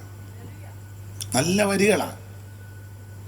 ഇന്നത്തെ എൻ ക്രിയകളും വാഗ്മനോഭാവങ്ങളെല്ലാം, വാക്കും ക്രിയകളും മനോഭാവവും എല്ലാം അവിടുത്തെ ഹിതം പോലെ ആക്കണമെന്ന് ഞാൻ എപ്പോഴും പറയും. നല്ല പാട്ടുകളുണ്ട്, അതെല്ലാം ഇട്ടേച്ചാ ഇപ്പം ഏതാന്നോ. ഇപ്പോഴത്തെ എല്ലാ പാട്ടും ഒന്നും മോശമല്ല. ചില പാട്ടുകളുണ്ട്, നല്ല പാട്ടുകളുണ്ട്, എല്ലാം ഒന്നും മോശമല്ല. എന്നാലും പണ്ട് കുഞ്ഞാപ്പിച്ചാൻ അമേരിക്കയിൽ വേറൊരാളെ ശുശ്രൂഷ ചെയ്യിപ്പിച്ച് വെച്ച് പോയി. നമ്മുടെ ചെറിയാച്ചൻ ഈയിടെ കടന്നുപോയ കറുകച്ചാല സെൻട്രൽ പാസ്റ്റർ, ബഹുമാന്യ കറുത്ത പാസ്റ്റർ, അദ്ദേഹം ഒരാളെ ശുശ്രൂഷ ചെയ്യിപ്പിച്ച് ഞാൻ അമേരിക്കയ്ക്ക് വരുന്നിടം വരെ. അപ്പം അച്ഛനങ്ങ് പോയി. അപ്പോൾ ആ സഭയിലെ വേറൊരു അമ്മ കുറച്ച് നാൾ കഴിഞ്ഞപ്പം അന്നൊക്കെ എഴുത്താ, ഇപ്പോഴല്ലയോ ഫോണ്, എഴുത്തെഴുതി കുഞ്ഞാപ്പിച്ചായന് എത്രയും സ്നേഹം നിറഞ്ഞ ബഹുമാന്യ കർത്തദാസൻ കുഞ്ഞാപ്പിച്ചായൻ അറിയുന്നതിന് ഇന്നിടത്തെ കൊച്ചമ്മ എഴുതുന്ന കത്ത്. അപ്പോൾ എഴുതിയതിൽ ഒത്തിരി കാര്യം എഴുതിയതിൽ ഒരു വാചകം ഇതാ: ഇവിടെ വിളമ്പിന് യാതൊരു കുറവുമില്ല എന്ന് പറഞ്ഞാൽ ഏൽപ്പിച്ച പുള്ളി നന്നായിട്ട് പ്രസംഗിക്കുന്നുണ്ടെന്നാ. ഇവിടെ വിളമ്പിന് യാതൊരു കുറവുമില്ല, എന്നാലും അമ്മ വിളമ്പുന്നതല്ലയോ നല്ലത്. എന്തിനാ ഒത്തിരി എഴുതുന്നത്? മതി. അച്ചായൻ കത്ത് വായിച്ച ഉടനെ തന്നെ ടിക്കറ്റ് എടുത്ത് ഇഞ്ഞ് വരുമായിരുന്നു നെടുങ്ങാടപ്പള്ളിക്ക്. അന്നില്ലായിരുന്നെങ്കിൽ സഭയെ പ്രശ്നം ഉണ്ടാകാൻ. അവരൊക്കെ ബുദ്ധിയുള്ളവരായതുകൊണ്ട് കൊച്ചമ്മ ആരുടെയും പേരും പരാമർശിച്ചില്ല. ആവശ്യമില്ലാത്ത ഒന്നും നമ്മളാന്ന് എല്ലാവരുടെയും പേര് വെച്ച് അങ്ങോട്ട് എഴുതിയാനും ഇൻഷ്യലും തെറ്റാതെ എഴുതാൻ മിടുക്കുള്ള ഒത്തിരി പേരുണ്ട്. വളരെ ബുദ്ധിയോടെ അമ്മ കൈകാര്യം ചെയ്തു. അപ്പൊ ശ്രദ്ധിക്കുക, ആവശ്യമില്ലാത്ത ശാപമൊന്നും ജീവിതത്തിൽ വരരുത്. ഇനി ശാപം വരാൻ ഒത്തിരി കാര്യമുണ്ട്. ആവർത്തന പുസ്തകം 27 15 മുതൽ താഴോട്ട് വായിച്ചാൽ ശാപത്തിന്റെ നീണ്ട പട്ടികയാ. മാതാപിതാക്കളെ ശുശ്രൂഷിച്ചില്ലെങ്കിൽ ശാപമാ. കുരുടനെ വഴി തെറ്റിച്ചാൽ ശാപമാ. അതിര് മാന്തിയാൽ ശാപമാണ്. അതെല്ലാം എടുത്ത് വായിച്ചാൽ ഇന്ന് പ്രശ്നമാകും. വേണ്ട, വീട്ടിൽ പോയി വായിരും. നമ്മുടെ വിഷയത്തിൽ വരാം. ഗലാത്യലേഖനം 6:14 വായിച്ചത്. 1-ാമത്തെ അധ്യായത്തിൽ അവൻ ശപിക്കപ്പെട്ടവരുടെ ലിസ്റ്റിട്ടിരിക്കുക, ശാപം. 2-ാം അധ്യായത്തിൽ പൗലോസ് പറഞ്ഞു, നിങ്ങൾ നന്നായിട്ടൊക്കെ ഓടി, ഇപ്പം നിങ്ങൾക്ക് പഴയതുപോലെ ഓടാനും പോകാനും ഒന്നും ഒക്കുന്നില്ല. 3-ാം അധ്യായത്തിലേക്ക് വന്നപ്പോൾ പറഞ്ഞു, ക്രിസ്തുയേശുവിനെ ഇത്ര വ്യക്തമായിട്ട് വരച്ചു കിട്ടിയ നിങ്ങളെ ആരായി ശുദ്ധനം ചെയ്ത് മയക്കിയത്? നിങ്ങൾ എന്നാ ഒരു മന്നതയും മയക്കോ ഒരു പരുവക്കേടിലൊക്കെ ഇരിക്കുന്നേ? ഇത്ര ക്ലിയർ ആയിട്ടല്ലേ തന്നിരിക്കുന്നേ? എന്തിനാ സങ്കടപ്പെടുന്നേ? 4-ാം അധ്യായത്തിൽ വന്നപ്പം പൗലോസ് പറഞ്ഞു, ഞാൻ നിങ്ങൾക്ക് വേണ്ടി അധ്വാനിച്ചതെല്ലാം വെറുതെ ആയോ എന്ന് എനിക്കിപ്പോൾ ഭയമാണ്. ഒത്തിരി കഷ്ടപ്പെട്ടും ബന്ധപ്പെട്ടുമാ നിങ്ങളെ ഈ മാർഗത്തിൽ കൊണ്ടുവന്നത്. പക്ഷെ ഇപ്പം നിങ്ങളുടെ പോക്കും രീതിയൊക്കെ കണ്ടിട്ട് സങ്കടം തോന്നുന്നു. കാരണം 4:11 വായിച്ചത്. 4:11 വായിച്ചേ. നിങ്ങൾ ദിവസങ്ങളും അല്ല, 11 വായിച്ചേച്ച് 10 വായിക്കും. ഞാൻ നിങ്ങൾക്ക് വേണ്ടി അധ്വാനിച്ചത് വെറുതെയായി എന്ന് ഞാൻ എനിക്കിപ്പോ ഭയം. പൗലോസ് പറയാ, നീ ഒത്തിരി ബന്ധപ്പെട്ടും പ്രയാസപ്പെട്ടൊക്കെയാ നിങ്ങളെ ഈ മാർഗത്തിൽ കൊണ്ടുവന്നതേ. പക്ഷെ ഇപ്പം നിങ്ങളുടെ ഇപ്പോഴത്തെ പോക്കും രീതിയും കണ്ടിട്ട് എനിക്ക് പേടിയാണ്. അതിന് കാരണം 10-ാം വാക്യത്തിൽ പറഞ്ഞു, നിങ്ങൾ ദിവസങ്ങളും മാസങ്ങളും കാലങ്ങളും ആണ്ടുകളും എല്ലാം ഇപ്പം നിങ്ങൾ പ്രമാണിക്കുന്നു. പണ്ടൊന്നും ഇതില്ലായിരുന്നു ബെന്തിക്കോസുകാർക്ക്. ഇപ്പോൾ ഒത്തിരി പ്രോഗ്രാമാണ് ഇഷ്ടം പോലെ. കാരണം പഴയ പരുവക്കേടെല്ലാം മാറി. അന്ന് എല്ലാവർക്കും ഒന്നും വീടില്ല, എല്ലാവർക്കും വണ്ടി ഒന്നുമില്ല, എല്ലാവർക്കും ബാങ്കിലും ഒന്നുമില്ല. പാസ്ബുക്കുള്ള വിശ്വാസികൾ തന്നെ വിരലിലെണ്ണാവുന്നവരെ ഉള്ള. അന്ന് കാറ് ഒന്നുമില്ല. IPCയിലൊന്നും പണ്ട് ആർക്കും എല്ലാവർക്കും ഒന്നും കാറിൽ കേട്ടിട്ടുണ്ട്. ആകെ 2 പേർക്കായിരുന്നു അന്ന് കാറ്. ഒന്ന് മെഴുവേലി ചെറിയാച്ചനും 2 സാറപ്പച്ചനും. അത് സ്വീഡനിൽ പോയിട്ട് തിരിച്ച് വന്നപ്പം സായിപ്പം കണ്ട് കപ്പലല്ല അങ്ങനെയല്ലയോ, പിന്നെ കപ്പലെ കൊടുത്ത് വിട്ടതാണ്. 2 കാറ് സ്വീഡനിൽ പോയി. സ്വീഡൻ സായിപ്പ് 2 കാറ്. പിന്നെ ബാക്കിയുള്ളവർക്കെല്ലാം മഴക്കാറായിരുന്നു. നമ്മുടെ കാറതാ, മുറ്റത്തോട്ടിറങ്ങി നോക്കണം, നമ്മുടെ കാറതാണ്. അതിൻ്റെ ചരിത്രമൊന്നും ഞാനിപ്പോൾ പറയുന്നില്ല. അപ്പം എല്ലാവർക്കും ഒന്നും അങ്ങനെ വലിയ മെച്ചമില്ല. അതുകൊണ്ട് ഇപ്പോൾ നടത്തുന്ന പോലെ ഒത്തിരി പ്രോഗ്രാമുകളൊന്നും അന്ന് ഇല്ല. ബർത്ത്ഡേയും വെഡിങ് ആനിവേഴ്സറിയും സപ്തതിയും ഷഷ്ടിയും പിന്നെ പൊന്നാട അണിയിക്കുന്നതും ഒക്കെ കൊണ്ട് കൊടുക്കുന്നതും ഇരുത്തി ഉണ്ടല്ലോ ഓരോന്ന്. എന്തുവാ അതിന് പറയുന്നത്? എനിക്കറിയാൻ മേല. ഇതൊന്നും എനിക്ക് ഈ ആംഗലേയ ഭാഷ വശമില്ലാത്തത് കൊണ്ട് ചിലപ്പോൾ കിട്ടുകയല്ല.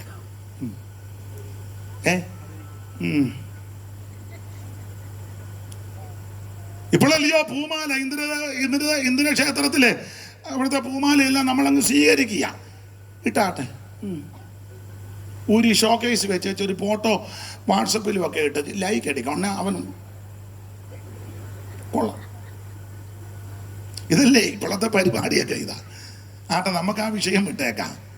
ഇതെല്ലാം കണ്ടേച്ച് പൗലോസ് പറയാ, ഞാൻ നിങ്ങൾക്ക് വേണ്ടി അധ്വാനിച്ചത് ഇപ്പം വെറുതെയായി എന്ന്.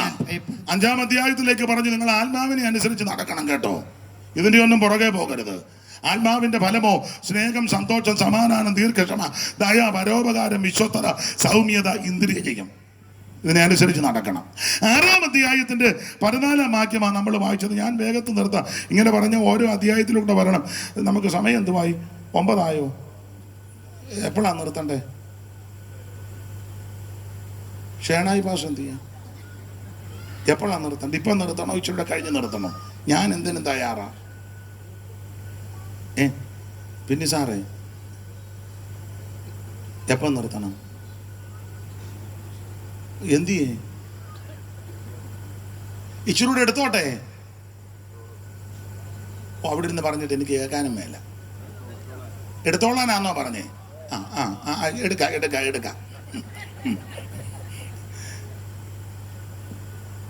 അപ്പൊ നമ്മൾ 6:14 വായിച്ചു. 1-2 കാര്യം വേഗത്തിൽ നമുക്കങ്ങ് ചിന്തിക്കാം. ഇല്ലെങ്കിൽ നിങ്ങൾ പറയും, വാക്യം വായിച്ചു വെച്ച് പുള്ളി അതിലേ ഒന്നും പോയില്ല, പുള്ളി വേറെ അതിലേ കൂടാ. അവിടെ ഇപ്പോൾ വരുത്തം പറയും, അയാളുടെ തൊഴിലാന്നാ. പിന്നെ അടുത്തവൻ പറയും, ഇങ്ങനെയുള്ളവനെ ഒന്നും വിളിക്കരുത്.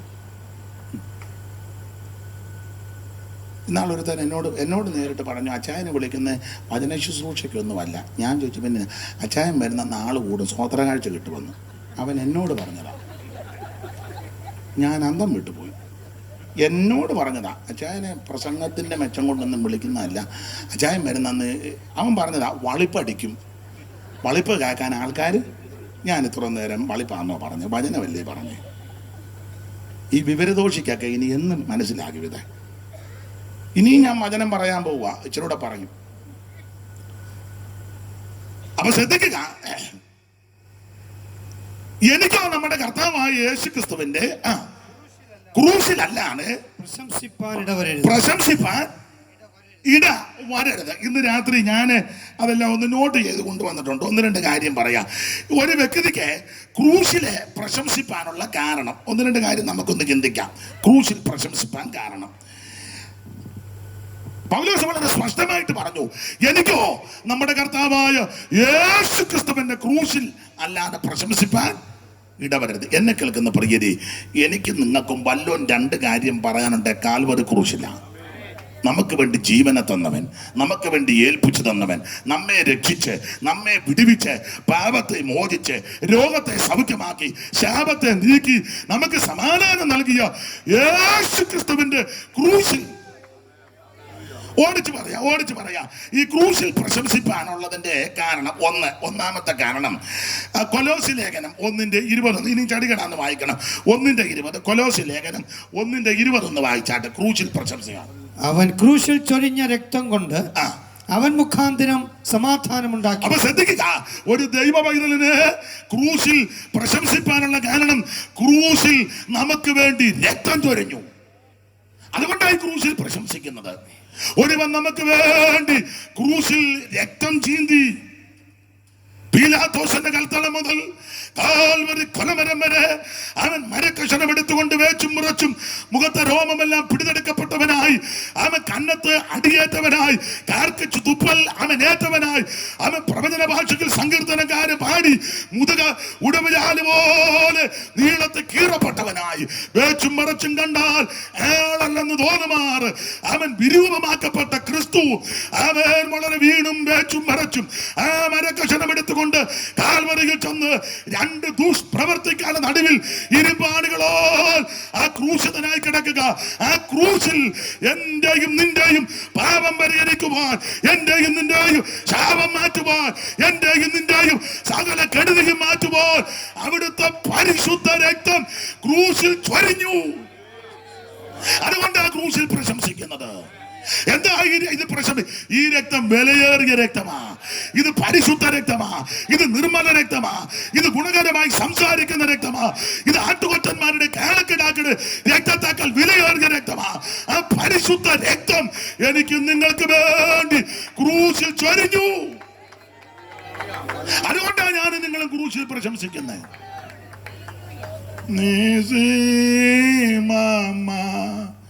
നിൻ സ്നേഹത്തെ പ്രകാശിപ്പിക്കാൻ ക്രൂശിനെ നിൻ സ്നേഹത്തെ പ്രകാശിപ്പിക്കും ക്രൂശിനെ ദർശിച്ച നേരം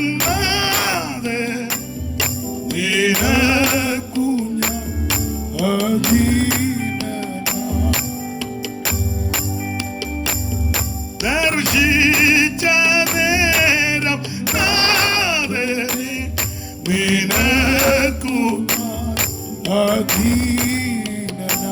കരമുയർത്തി കർത്താവിന് മഹത്വം കൊടുക്കുക. എന്നെ കേൾക്കുന്ന പ്രിയപ്പെട്ടവരെ, അവൻ പൗലോസ് പറഞ്ഞ എനിക്ക് ക്രൂശിലാണ് പ്രശംസ. എന്തുകൊണ്ടാണ് ഒരു ദൈവഭക്തൻ ക്രൂശിൽ പ്രശംസിക്കുന്നത്? ഒന്ന്, ക്രൂശിൽ രക്തം ചൊരിഞ്ഞു. അതുകൊണ്ട് എന്തോ സംഭവിച്ചു. രക്തം ചൊരിഞ്ഞത് കൊണ്ട് അടുത്ത വാക്യമുണ്ട്, നമുക്ക് സമാധാനം ഉണ്ടായി. സമാധാനം. ഒരു കാലത്ത് സമാധാനമില്ലായിരുന്നു. സമാധാനം തേടി എവിടെല്ലാം മണർകാട്ട് പോയി, പുതുപ്പള്ളി പോയി, പരിമലയിൽ പോയി, മഞ്ഞണിക്കരെ പോയി, പിന്നെ തമിഴ്നാട്ടിലൊരു സ്ഥലമുണ്ടല്ലോ വേളാങ്കണ്ണിക്ക് പോയി, കിഴക്കോട്ട് പോയി, പടിഞ്ഞാട്ട് പോയി, ഇതൊക്കെ ഒരു തള്ളയുണ്ട്, അവിടെ പോയി.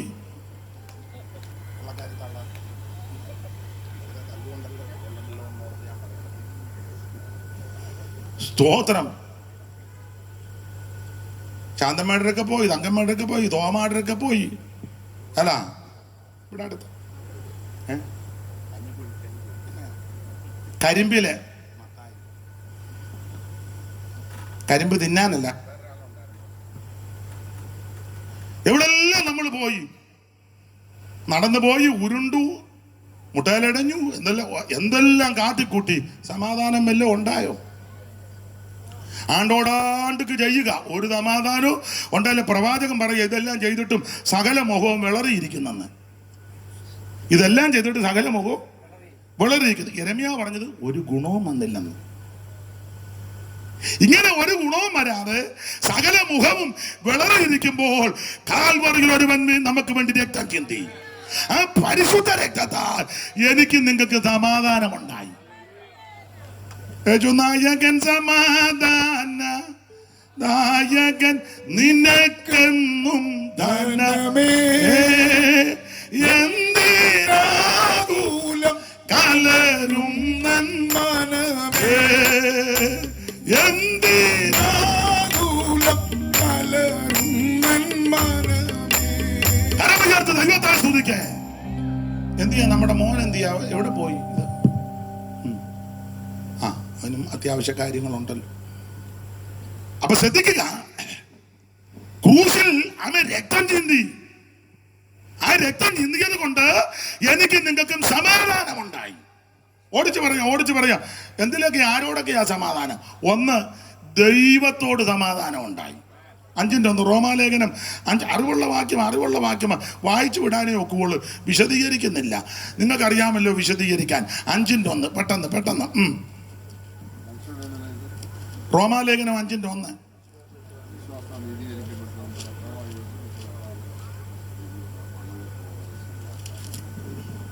വിശ്വാസത്താൽ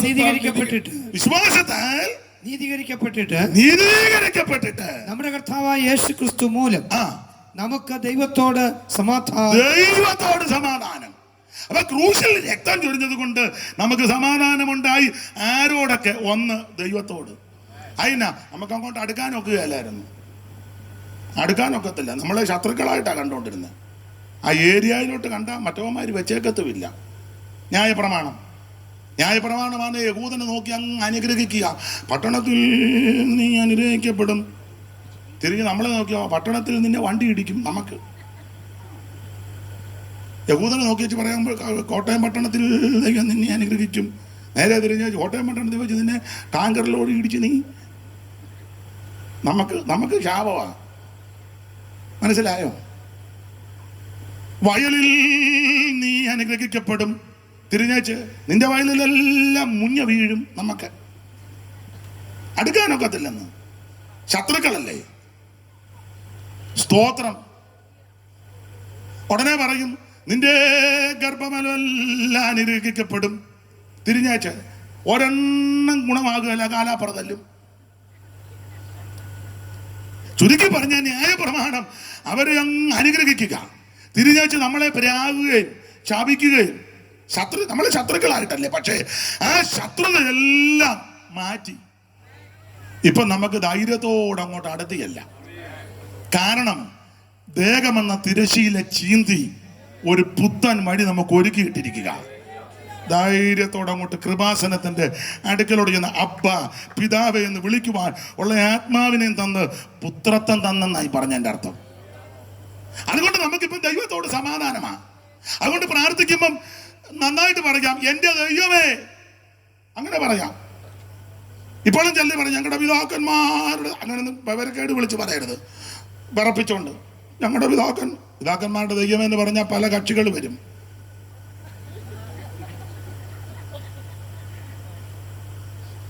പുതുപ്പള്ളി സൈഡിൽ നിന്നൊക്കെ മനസ്സിലാകുന്നില്ല. അവർ വന്ന് ചോദിക്കും ജോർജ് കുട്ടി എന്തിനാ വിളിച്ചെന്ന്. നമ്മൾ പറയില്ലേ ഞങ്ങളുടെ പിതാക്കന്മാരൊക്കെ അവിടെ വന്നിട്ടുള്ളതാന്ന് പറയും. ഇപ്പോൾ ഇച്ചിരി നേർച്ച തരാനും ഉണ്ട് അല്ലേ പറഞ്ഞേ, നേർച്ച കൊടുക്കാനുണ്ട്. അതാ പാമ്പ് കയറിയത്, കൊല്ലരുത്, പൊക്കോട്ടെ. ഉണ്ട് പാമ്പിനോട് തരാമെന്ന്. മനസ്സിലാകുന്നില്ല. ദൈവത്തിന് മഹത്വം. ഇപ്പൊ നമുക്ക് ദൈവത്തോട് അടുത്തില്ല, ദൈവത്തോട് സമാധാനമായി. ക്രൂശിൽ പ്രശംസിപ്പാൻ കാരണം ക്രൂശിൽ രക്തം ചൊരിഞ്ഞു. ആ രക്തം ചൊരിഞ്ഞത് കൊണ്ട് നമുക്ക് സമാധാനം ഉണ്ടായി. ആ സമാധാനം ഒന്ന്, ദൈവത്തോട് സമാധാനം. ദൈവത്തോട് അടുത്തല്ല, അബ്ബാ പിതാവേ എന്ന് വിളിക്കാം, എൻ്റെ ദൈവമേ എന്നും വിളിക്കാം. പണ്ടതൊക്കത്തില്ലായിരുന്നു. മാത്രമല്ല ഇപ്പൊ നമുക്ക് പരസ്പരം സമാധാനമുണ്ട്. പരസ്പരം നിങ്ങളാണ്ട് റോമാലേഖനം 12-ാം അധ്യായത്തിന്റെ 18 വായിച്ചേര്. റോമാലേഖനം 12:18.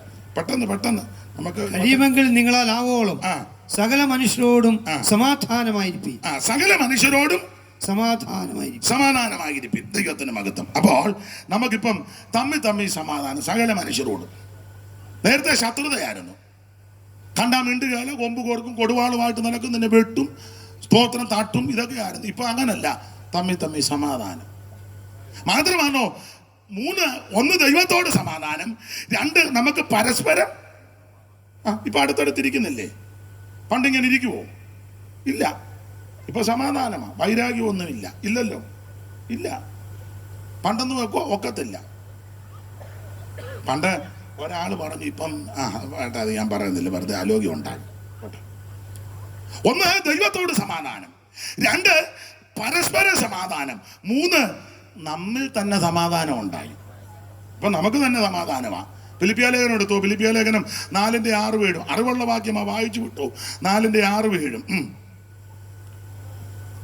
ഒന്നിനെ കുറിച്ചും വിചാരപ്പെടരുത്. എല്ലാറ്റിനും പ്രാർത്ഥനയാലും അപേക്ഷയാലും നിങ്ങളുടെ ആവശ്യങ്ങൾ സ്തോത്രത്തോടുകൂടെ ദൈവത്തോട് അറിയിക്കത്ര വേണ്ടത്. എന്നാൽ സകല ബുദ്ധിയും കവിയുന്ന ദൈവസമാധാനം ഹൃദയങ്ങളെയും നിലവുകളെയും എന്ന് പറഞ്ഞാൽ 3 നമുക്ക് നമ്മിൽ തന്നെ സമാധാനമുണ്ട്. ഇവിടെ ഇരിക്കുന്ന ആരും പ്രശ്നമില്ലാത്തവരല്ല. വിഷയങ്ങളും പ്രശ്നങ്ങളും ഒക്കെ ഉണ്ടാവും. പക്ഷെ ഇന്ന് രാത്രി ശാന്തമായിട്ട് സമാധാനമായിട്ടിരിക്കുന്നത് ക്രിസ്തു നമ്മുടെ സമാധാനമാണ്. ഓടിച്ചവസാനിപ്പിക്കുക. ക്രൂശിൽ പ്രശംസിപ്പാൻ ഒന്നാമത്തെ കാര്യം, ക്രൂശിൽ നമുക്ക് വേണ്ടി രക്തം ചിന്തി. 2 ക്രൂശിൽ പ്രശംസിപ്പാൻ കാരണം ക്രൂശിൽ വെച്ച് ശത്രുത്വമില്ലാതാക്കി. അറിവുള്ള വാക്യമാ എഫേസ്യ ലേഖനം 2-ാം അധ്യായത്തിന്റെ 13 മുതൽ 18 വരെയുള്ള തിരുവെഴുത്താ വായിക്കേണ്ടത്. ഓടിച്ചൊന്ന് വായിച്ചോ. എഫേസ്യ ലേഖനം 2:13 മുതൽ. നിങ്ങളിപ്പോൾ ക്രിസ്തുയേശുവിൽ ക്രിസ്തുവിന്റെ രക്തത്താൽ സമീപസ്ഥരായി തീർന്നു. അവൻ നമ്മുടെ സമാധാനം. അവൻ ഇരുപക്ഷത്തെയും ഒന്നാക്കി. ചട്ടങ്ങളും കൽപ്പനകളുമായ ന്യായപ്രമാണം എന്ന ശത്രുത്വം തന്റെ ജഡത്താൽ നീക്കി വേർപാടിന് നടിച്ചുരിടിച്ചു കളഞ്ഞത് സമാധാനം ഉണ്ടാക്കി. എല്ലാ വാക്യങ്ങളും വായിപ്പിച്ചു വിടുന്നില്ല. അവിടെ ഒരു പദമുണ്ട്, ഇരുപക്ഷം. ഇരുപക്ഷം ആരാ? 1 യഹൂദൻ, 2 യവനൻ. യഹൂദൻ ഒഴികെ ബാക്കി മുഴുവൻ ജാതികളാ. ഇതിലൊക്കെ നമ്മൾ പെട്ടതാ. നമ്മളെല്ലാം ആ ഗ്രൂപ്പിലായിരുന്നു രക്ഷിക്കപ്പെടുന്നതിന് മുമ്പ്. എന്നാലും നമ്മുടെ ഇടയിൽ ചില ആൾക്കാർ പറയാറുണ്ട്, ഞങ്ങൾ യഹൂദന്മാരാന്ന്. യഹൂദന്മാരാ. ഇന്നാളൊരു യഹൂദനെ ഞാൻ കണ്ടു, വറകലം തോറ്റുപോകും. വറകലം, അടുപ്പേ വെക്കുന്ന വറകലം ഉണ്ടല്ലോ, പുള്ളിയും പറഞ്ഞ് യഹൂദനാണ്. വേറൊരു തള്ള പറഞ്ഞു, ഞങ്ങൾ യഹൂദന്മാരാ, ഞങ്ങൾ വിശേഷിച്ച് ബെന്യാമീൻ ഗോത്രക്കാരാണ്. സകല തെളിവ് എൻ്റെ തള്ളയ്ക്ക് പാട്ടാ. യഹൂദന ഒറിജിനലെല്ലാം അങ്ങ് പോയി. ഒറിജിനലല്ല പിന്നെ പോയി. 3 വകുപ്പേ ഉള്ളൂ. 1 യഹൂദൻ, 2 ജാതി, 3 ദൈവസഭ. ഇതിനപ്പുറം ഒരു വകുപ്പില്ല. അപ്പൊ ഒരു കാലത്ത് രണ്ട് വകുപ്പേ ഉള്ളൂ. സഭ തുടങ്ങുന്നതിന് മുമ്പ്, സഭ ആരംഭിക്കുന്നതിന് മുമ്പ് യഹൂദനും ജാതി, അതാ ഇരുപക്ഷം യഹൂദനും ജാതിയും. ആ ഇരുപക്ഷത്തെയും സ്തോത്രം ഒന്നാക്കി. സ്തോത്രം. ശത്രുത്വം എന്ന് പറഞ്ഞ ന്യായപ്രമാണം. അതാ ഞാൻ മുമ്പ് പറഞ്ഞ, തിരിഞ്ഞാഴ്ച നമ്മളെ പ്രയാകുക, മറ്റവനെ അങ്ങ് അനുഗ്രഹിക്കുക. രാവിലെ മുതൽ വൈകുന്നേരം വരെ നിന്ന് യഹൂദനെ അനുഗ്രഹിക്കും. പട്ടണത്തിൽ അനുഗ്രഹിക്കും, വയലിന് അനുഗ്രഹിക്കും, ഗർഭവലം അനുഗ്രഹിക്കപ്പെടും, കൃഷിഫലം അനുഗ്രഹിക്കപ്പെടും, മാവൊഴിക്കും, തൊട്ടി, കൊട്ട, വട്ടി, ചട്ടി, പട്ടി, കുട്ടി, ഇതിനെല്ലാം നിന്ന് അങ്ങ് അനുഗ്രഹിക്കുക. ശത്രു ഒരു വഴി 7 വഴി ചെതറിപ്പോകും. തേനീച്ച പോലെ വരും, മുൾത്തീ പോലെ കിടക്കും. ഇതൊക്കെ അവനെ നേരെ സന്ധ്യയാകുമ്പോൾ തിരിഞ്ഞേച്ച്, എൻ്റെ കുഞ്ഞുങ്ങൾ ഒരെണ്ണം ഗുണമാകുകയില്ല, കാലാപ്പുറ തല്ലിപ്പോകും, ഒരെണ്ണം ഗതി പിടിക്കുകയില്ല, കാക്കക്കാലെല്ലാം മുഴുവൻ പ്രാകുക. അതാ ശത്രുത്വം. ആ ശത്രുത്വം ഇല്ലാതാക്കിയതാ ക്രൂശിൽ. അവിടെ ഉണ്ട്, ക്രൂശിൽ വെച്ച് ശത്രുത്വം ഇല്ലാതാക്കി. അതുകൊണ്ട് ആ ക്രൂശിൽ പ്രശംസിക്കുന്നത്. എൻ്റെ പ്രിയരെ, ശത്രുക്കളും പാപികളും ദോഷികളുമാകുന്ന നമ്മുടെ ശത്രുത്വം മാറ്റിയതാ ക്രൂശിൽ വെച്ചാ. അതുകൊണ്ടാണ് നാം ക്രൂശിൽ പ്രശംസിക്കുന്നത്. സ്തോത്രം. ആ ക്രൂശിലെ മരണത്താൽ എന്തോ സംഭവിച്ചു.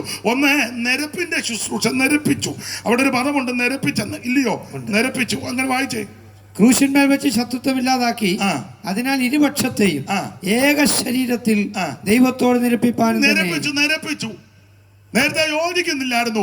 ക്രൂശിൽ പ്രശംസിക്കാൻ കാരണം ക്രൂശിൽ വെച്ച് ശത്രുത്വം ഇല്ലാതാക്കി നിരപ്പിന്റെ ശുശ്രൂഷ. TPM-കാര് പാടുന്ന ഒരു പാട്ടിന്റെ ഒരു വരിയുണ്ട്.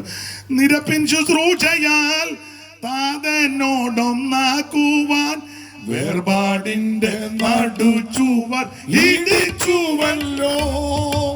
നിരപ്പിൻ ശുശ്രൂഷയാൽ താതനോടൊന്നാക്കുവാൻ വേർപാടിന്റെ നടുച്ചുവർ ഇടിച്ചുവല്ലോ. സ്വയമതിലില്ല, ഭയമതിലില്ല, സ്വയമതിലില്ല, ഭയമതിലില്ല. ഓ താതൻ തൻ യുദ്ധത്തെ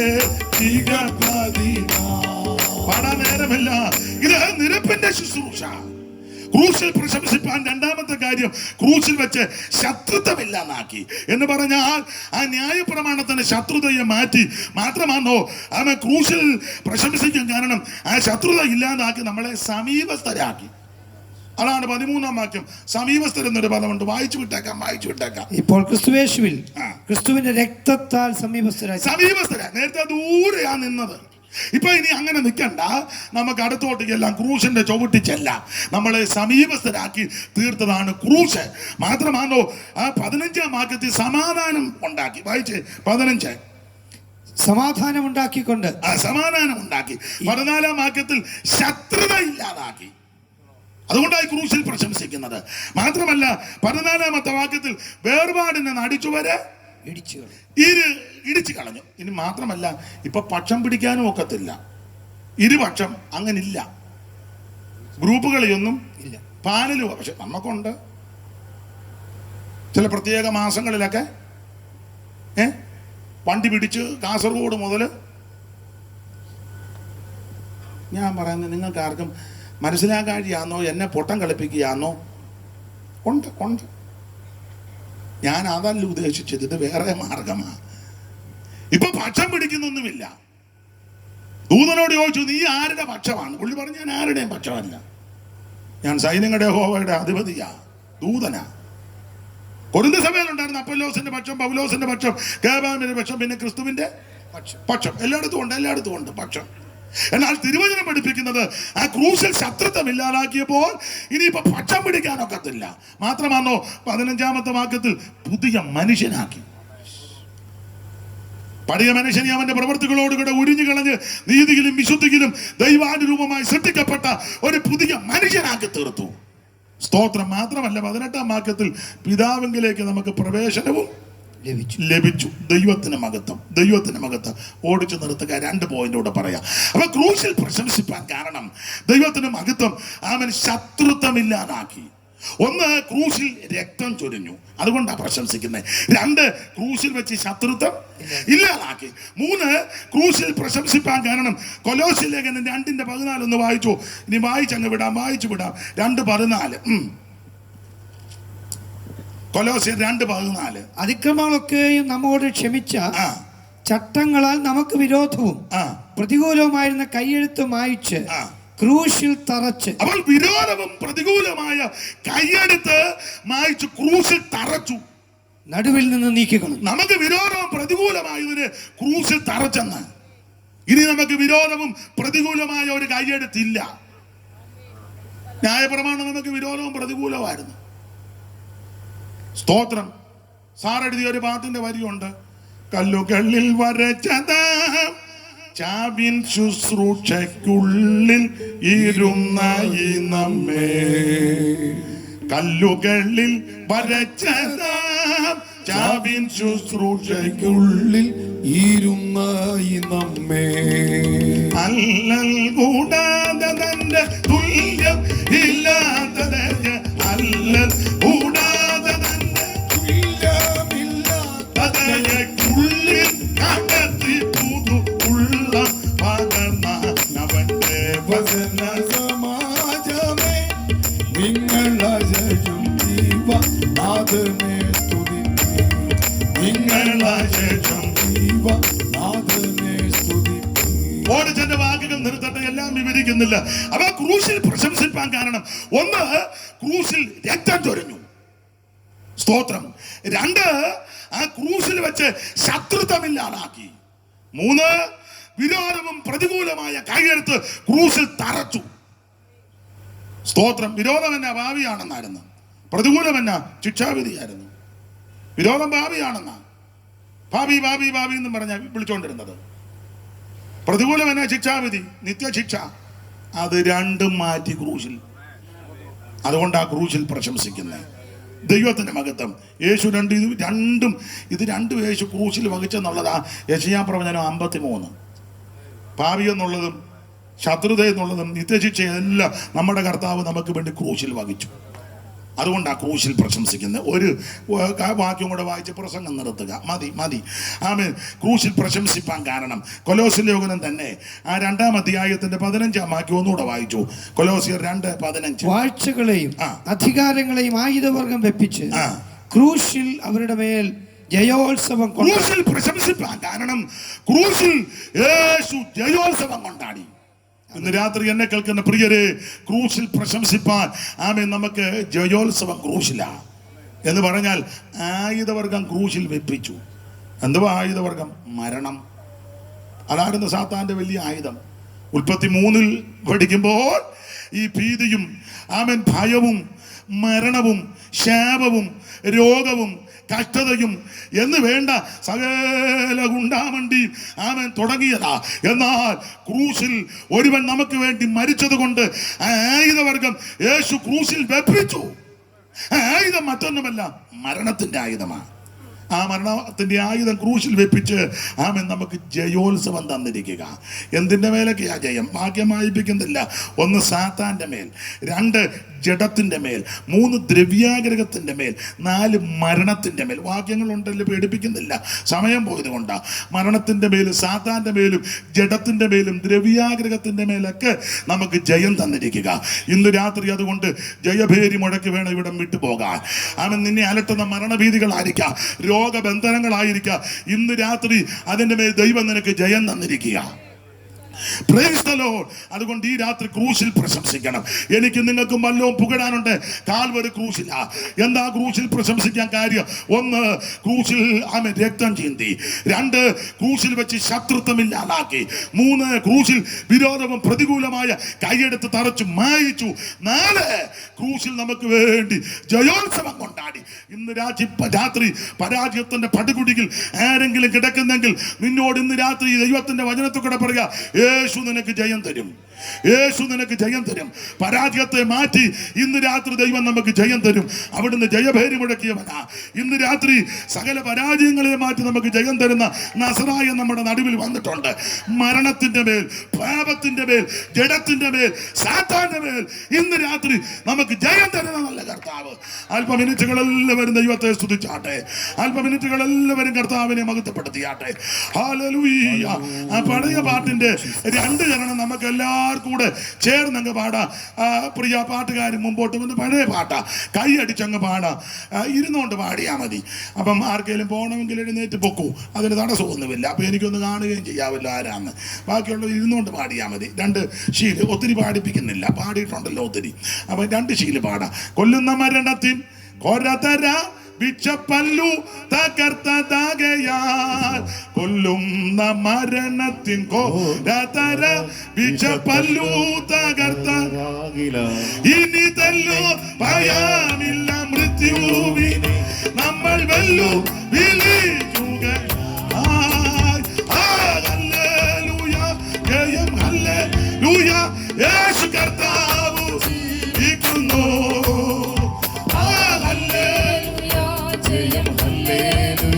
യേശു കർത്താവ് ജീവിക്കുന്നു. യേശു ക്രിസ്തു ഉയർത്തു ജീവിക്കുന്നു. ജീവിക്കുന്നു. ആമേൻ. യേശു ക്രിസ്തു ഉയർത്തു. കൈയടിച്ച് ചേർന്ന് ഓ ഈ ലോകത്തിൽ താനിനി വരൂ രാജരാജനായി വാണിടുവാൻ. ഹല്ലേലൂയ, ജയം ഹല്ലേലൂയ, യേശു കർത്താവ് ജീവിക്കുന്നു. ഹല്ലേലൂയ.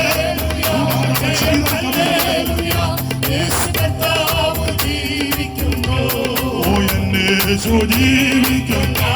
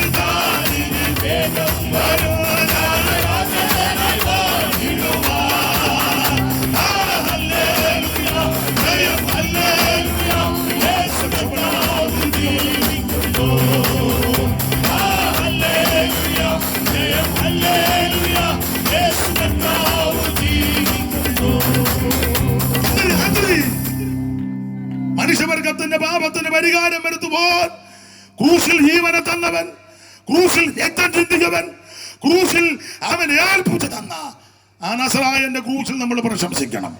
ആ ക്രൂശ് മുഖാന്തരം നിനക്ക് വിടുതല. ഇന്ന് രാത്രി ആ യേശുവിനെ രക്ഷിതാവായി സ്വീകരിക്കണം. മറ്റൊരുത്തനും രക്ഷയില്ല, യേശു മാത്രം രക്ഷകൻ.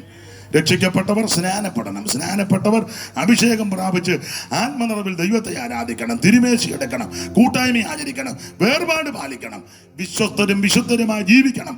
അവരെ ചേർക്കാൻ യേശു വീണ്ടും വരും. ഇപ്പോൾ പ്രാർത്ഥിച്ചങ്ങ് നിർത്തും. ഇനി ഞാൻ പാട്ട് പാടുന്നില്ല.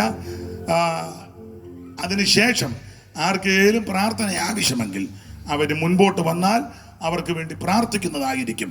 എന്നെ ശുശ്രൂഷ ക്ഷണിച്ച കർത്തദാസനും ടീമംഗങ്ങൾക്കും ചുമതലപ്പെട്ടവർക്കും ഇന്നത്തെ അധ്യക്ഷൻ ആമേൻ ബഹുമാന്യ കർത്തദാസന്മാർ, എനിക്ക് വാക്യം പാസ്റ്ററും വായിച്ചു നന്ദി കടപ്പാടുണ്ട്.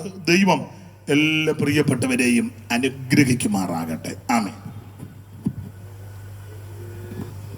Price the Lord. ഹല്ലേലൂയ. നമ്മുടെ കരങ്ങളെ ഉയർത്തി ദൈവത്തെ ഒരു പ്രാവശ്യം കൂടെ സ്തുതിക്കാം.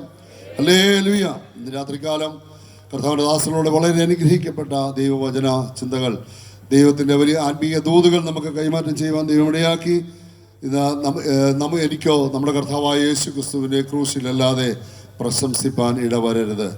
കർത്താവായ യേശു ക്രിസ്തുവിൻ്റെ ക്രൂശിൽ പ്രശംസിക്കുവാൻ ഭാഗ്യം ലഭിച്ച നമുക്ക് ഓരോരുത്തർക്കും, അതുപോലെ തന്നെ ഇന്ന് രാത്രികാലം ആരെങ്കിലും അപ്രകാരം ഭാഗ്യം ലഭിക്കാതെ വന്നിട്ടുണ്ടെങ്കിൽ, ആരെങ്കിലും കർത്താവായ യേശു ക്രിസ്തുവിന്റെ ക്രൂശുമായി തങ്ങളുടെ ജീവിതത്തെ ബന്ധിപ്പിക്കുവാൻ കഴിഞ്ഞിട്ടില്ലെങ്കിൽ നിശ്ചയമായും അതൊരു ഭാഗ്യമാണ്.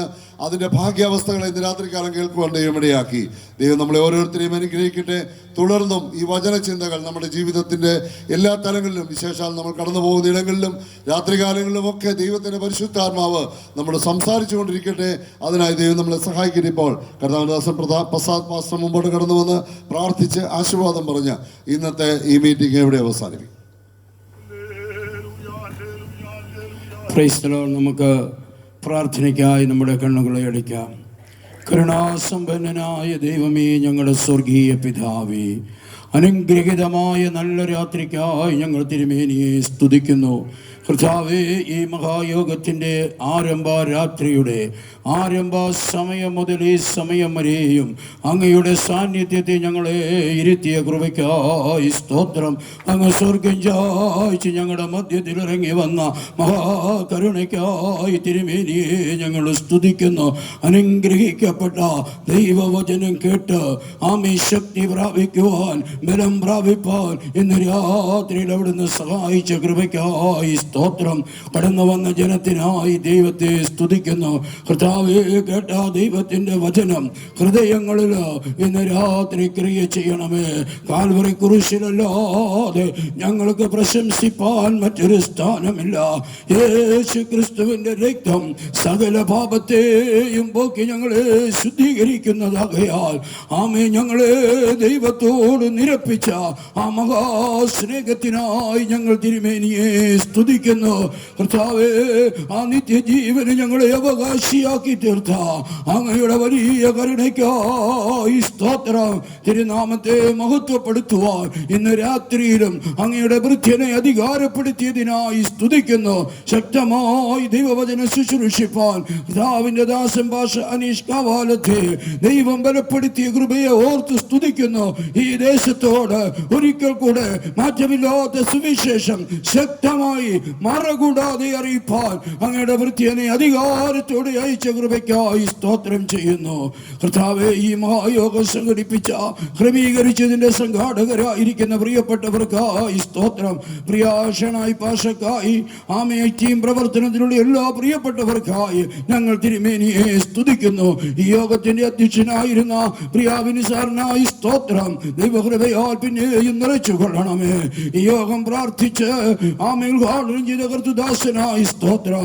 ശുശ്രൂഷയെ സംബന്ധിച്ച് എല്ലാവർക്കായി സ്തോത്രം. ഗാനങ്ങളാൽ ലഭിച്ച പ്രിയപ്പെട്ടവരെ ദൈവം ബലപ്പെടുത്തിയതിനായി സ്തുതിക്കുന്ന കർത്താവേ, പ്രകൃതി ഞങ്ങൾക്ക് അനുകൂലമാക്കി തന്ന മഹാകരുണയ്ക്കായി സ്തോത്രം. തുടർന്നുള്ള യോഗങ്ങളിൽ അങ്ങയുടെ സാന്നിധ്യം കൂടെ ഇരിക്കണമേ. സകല മാനവും മഹത്വവും പുകഴ്ചയും തിരുമേനിക്ക് തരുന്നു, യേശുവിൻ നാമത്തിൽ തന്നെ. പിതാവായ ദൈവത്തിന്റെ സ്നേഹവും ഏകജാതനായ പുത്രന്റെ കൃപയും ആശ്വസിപ്പിച്ച് നമ്മെ വഴി നടത്തുന്ന പരിശുദ്ധാത്മാവിന്റെ കൂട്ടായ്മയും കാവലും നാം പ്രാർത്ഥിച്ച സകല വിഷയങ്ങളോടും വന്നു ചേർന്ന് എല്ലാ പ്രിയപ്പെട്ടവരോടും തുടർന്ന് നടക്കുന്ന യോഗങ്ങളിലും അങ്ങയുടെ വരവരെയും അവിടുത്തെ രണ്ടാമത്തെ വരവരെയും ആമേ ഇന്നും എന്നും എപ്പോഴും ഉണ്ടായിരിക്കുമാറാകണമേ. യേശു ക്രിസ്തു മുഖാന്തരം നമുക്ക് ചെയ്യുന്ന കർത്താവിനെ സ്തുതിക്കാം. Hallelujah, hallelujah.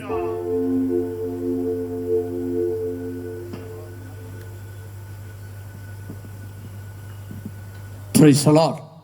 നാളത്തെ യോഗ വിവരങ്ങളൊന്ന് അറിയിക്കുകയാണ്.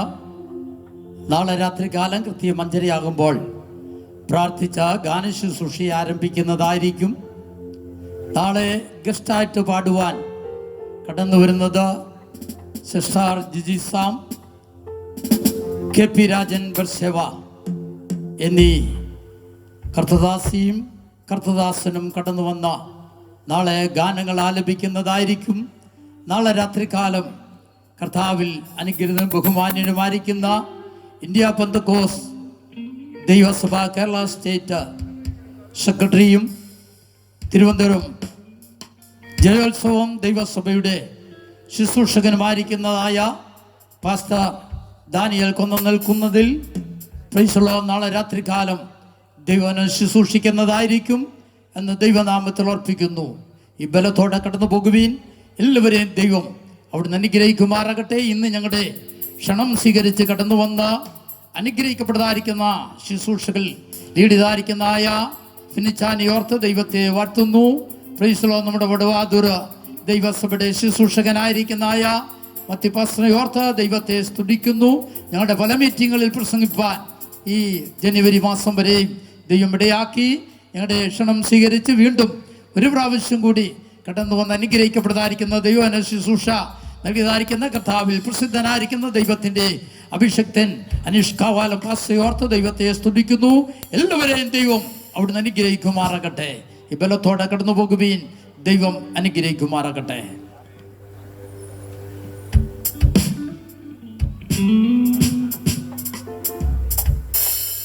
കർത്താവിൻ്റെ ദാസന്റെ പ്രാർത്ഥന ആവശ്യമുള്ളവർ മുൻപോട്ട് കടന്നു വന്നാൽ ദൈവത്തിന്റെ അഭിഷക്തൻ നിങ്ങൾക്കായി പ്രാർത്ഥിക്കുന്നതായിരിക്കും. Hallelujah, hallelujah.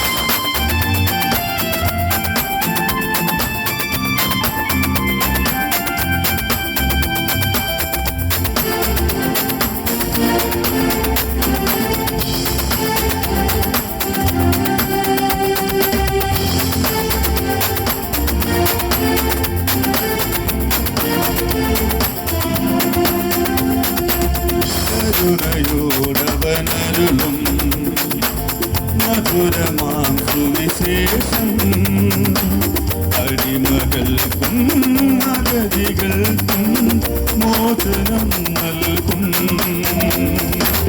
കരുണയോടവനരുളും മധുരമാം സുവിശേഷം അടിമകൾക്കും അഗതികൾക്കും മോചനം നൽകും.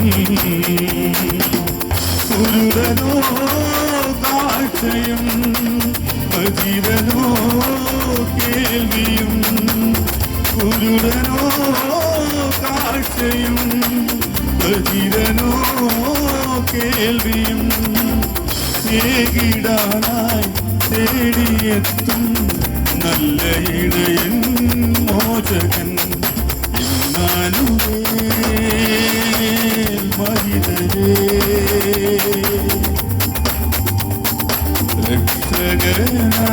രക്ഷകനായി വരുന്നവൻ ദിവ്യ സ്നേഹമരുളാ ശാന്തി പകരാൻ യാഗമായി തീരുവാൻ ജീവനേകും വചനമാ.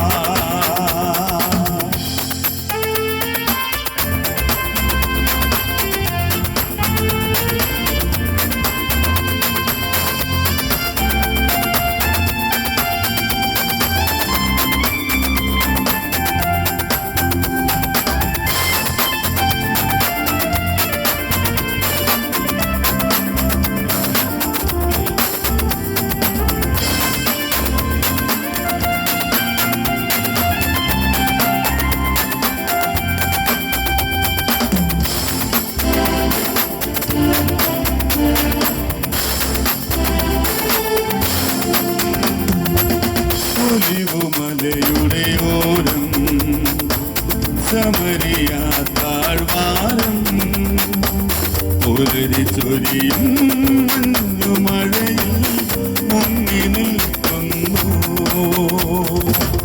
ഒലിവുമലയുടെ ഓരം സമരിയ താഴ്വാരം പുലരി ചൊരിയും മഞ്ഞുമഴയിൽ മുങ്ങി നിൽക്കുന്നു.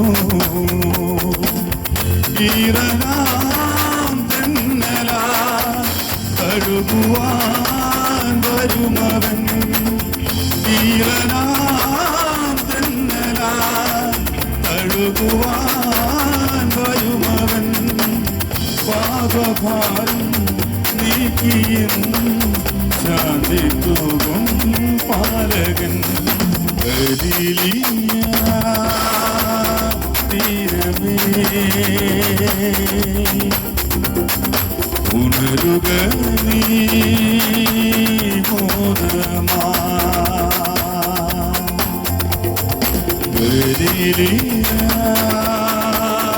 തീരമേ ഉണരുക നീ മോദമാ. മതിമറന്നു പാടൂ മധുരമാർഗീതം ജീവനിൽ നിറയുവാൻ സ്നേഹമലിയും കീർത്തനം. ഇമ്മാനുവേൽ മഹിതരേ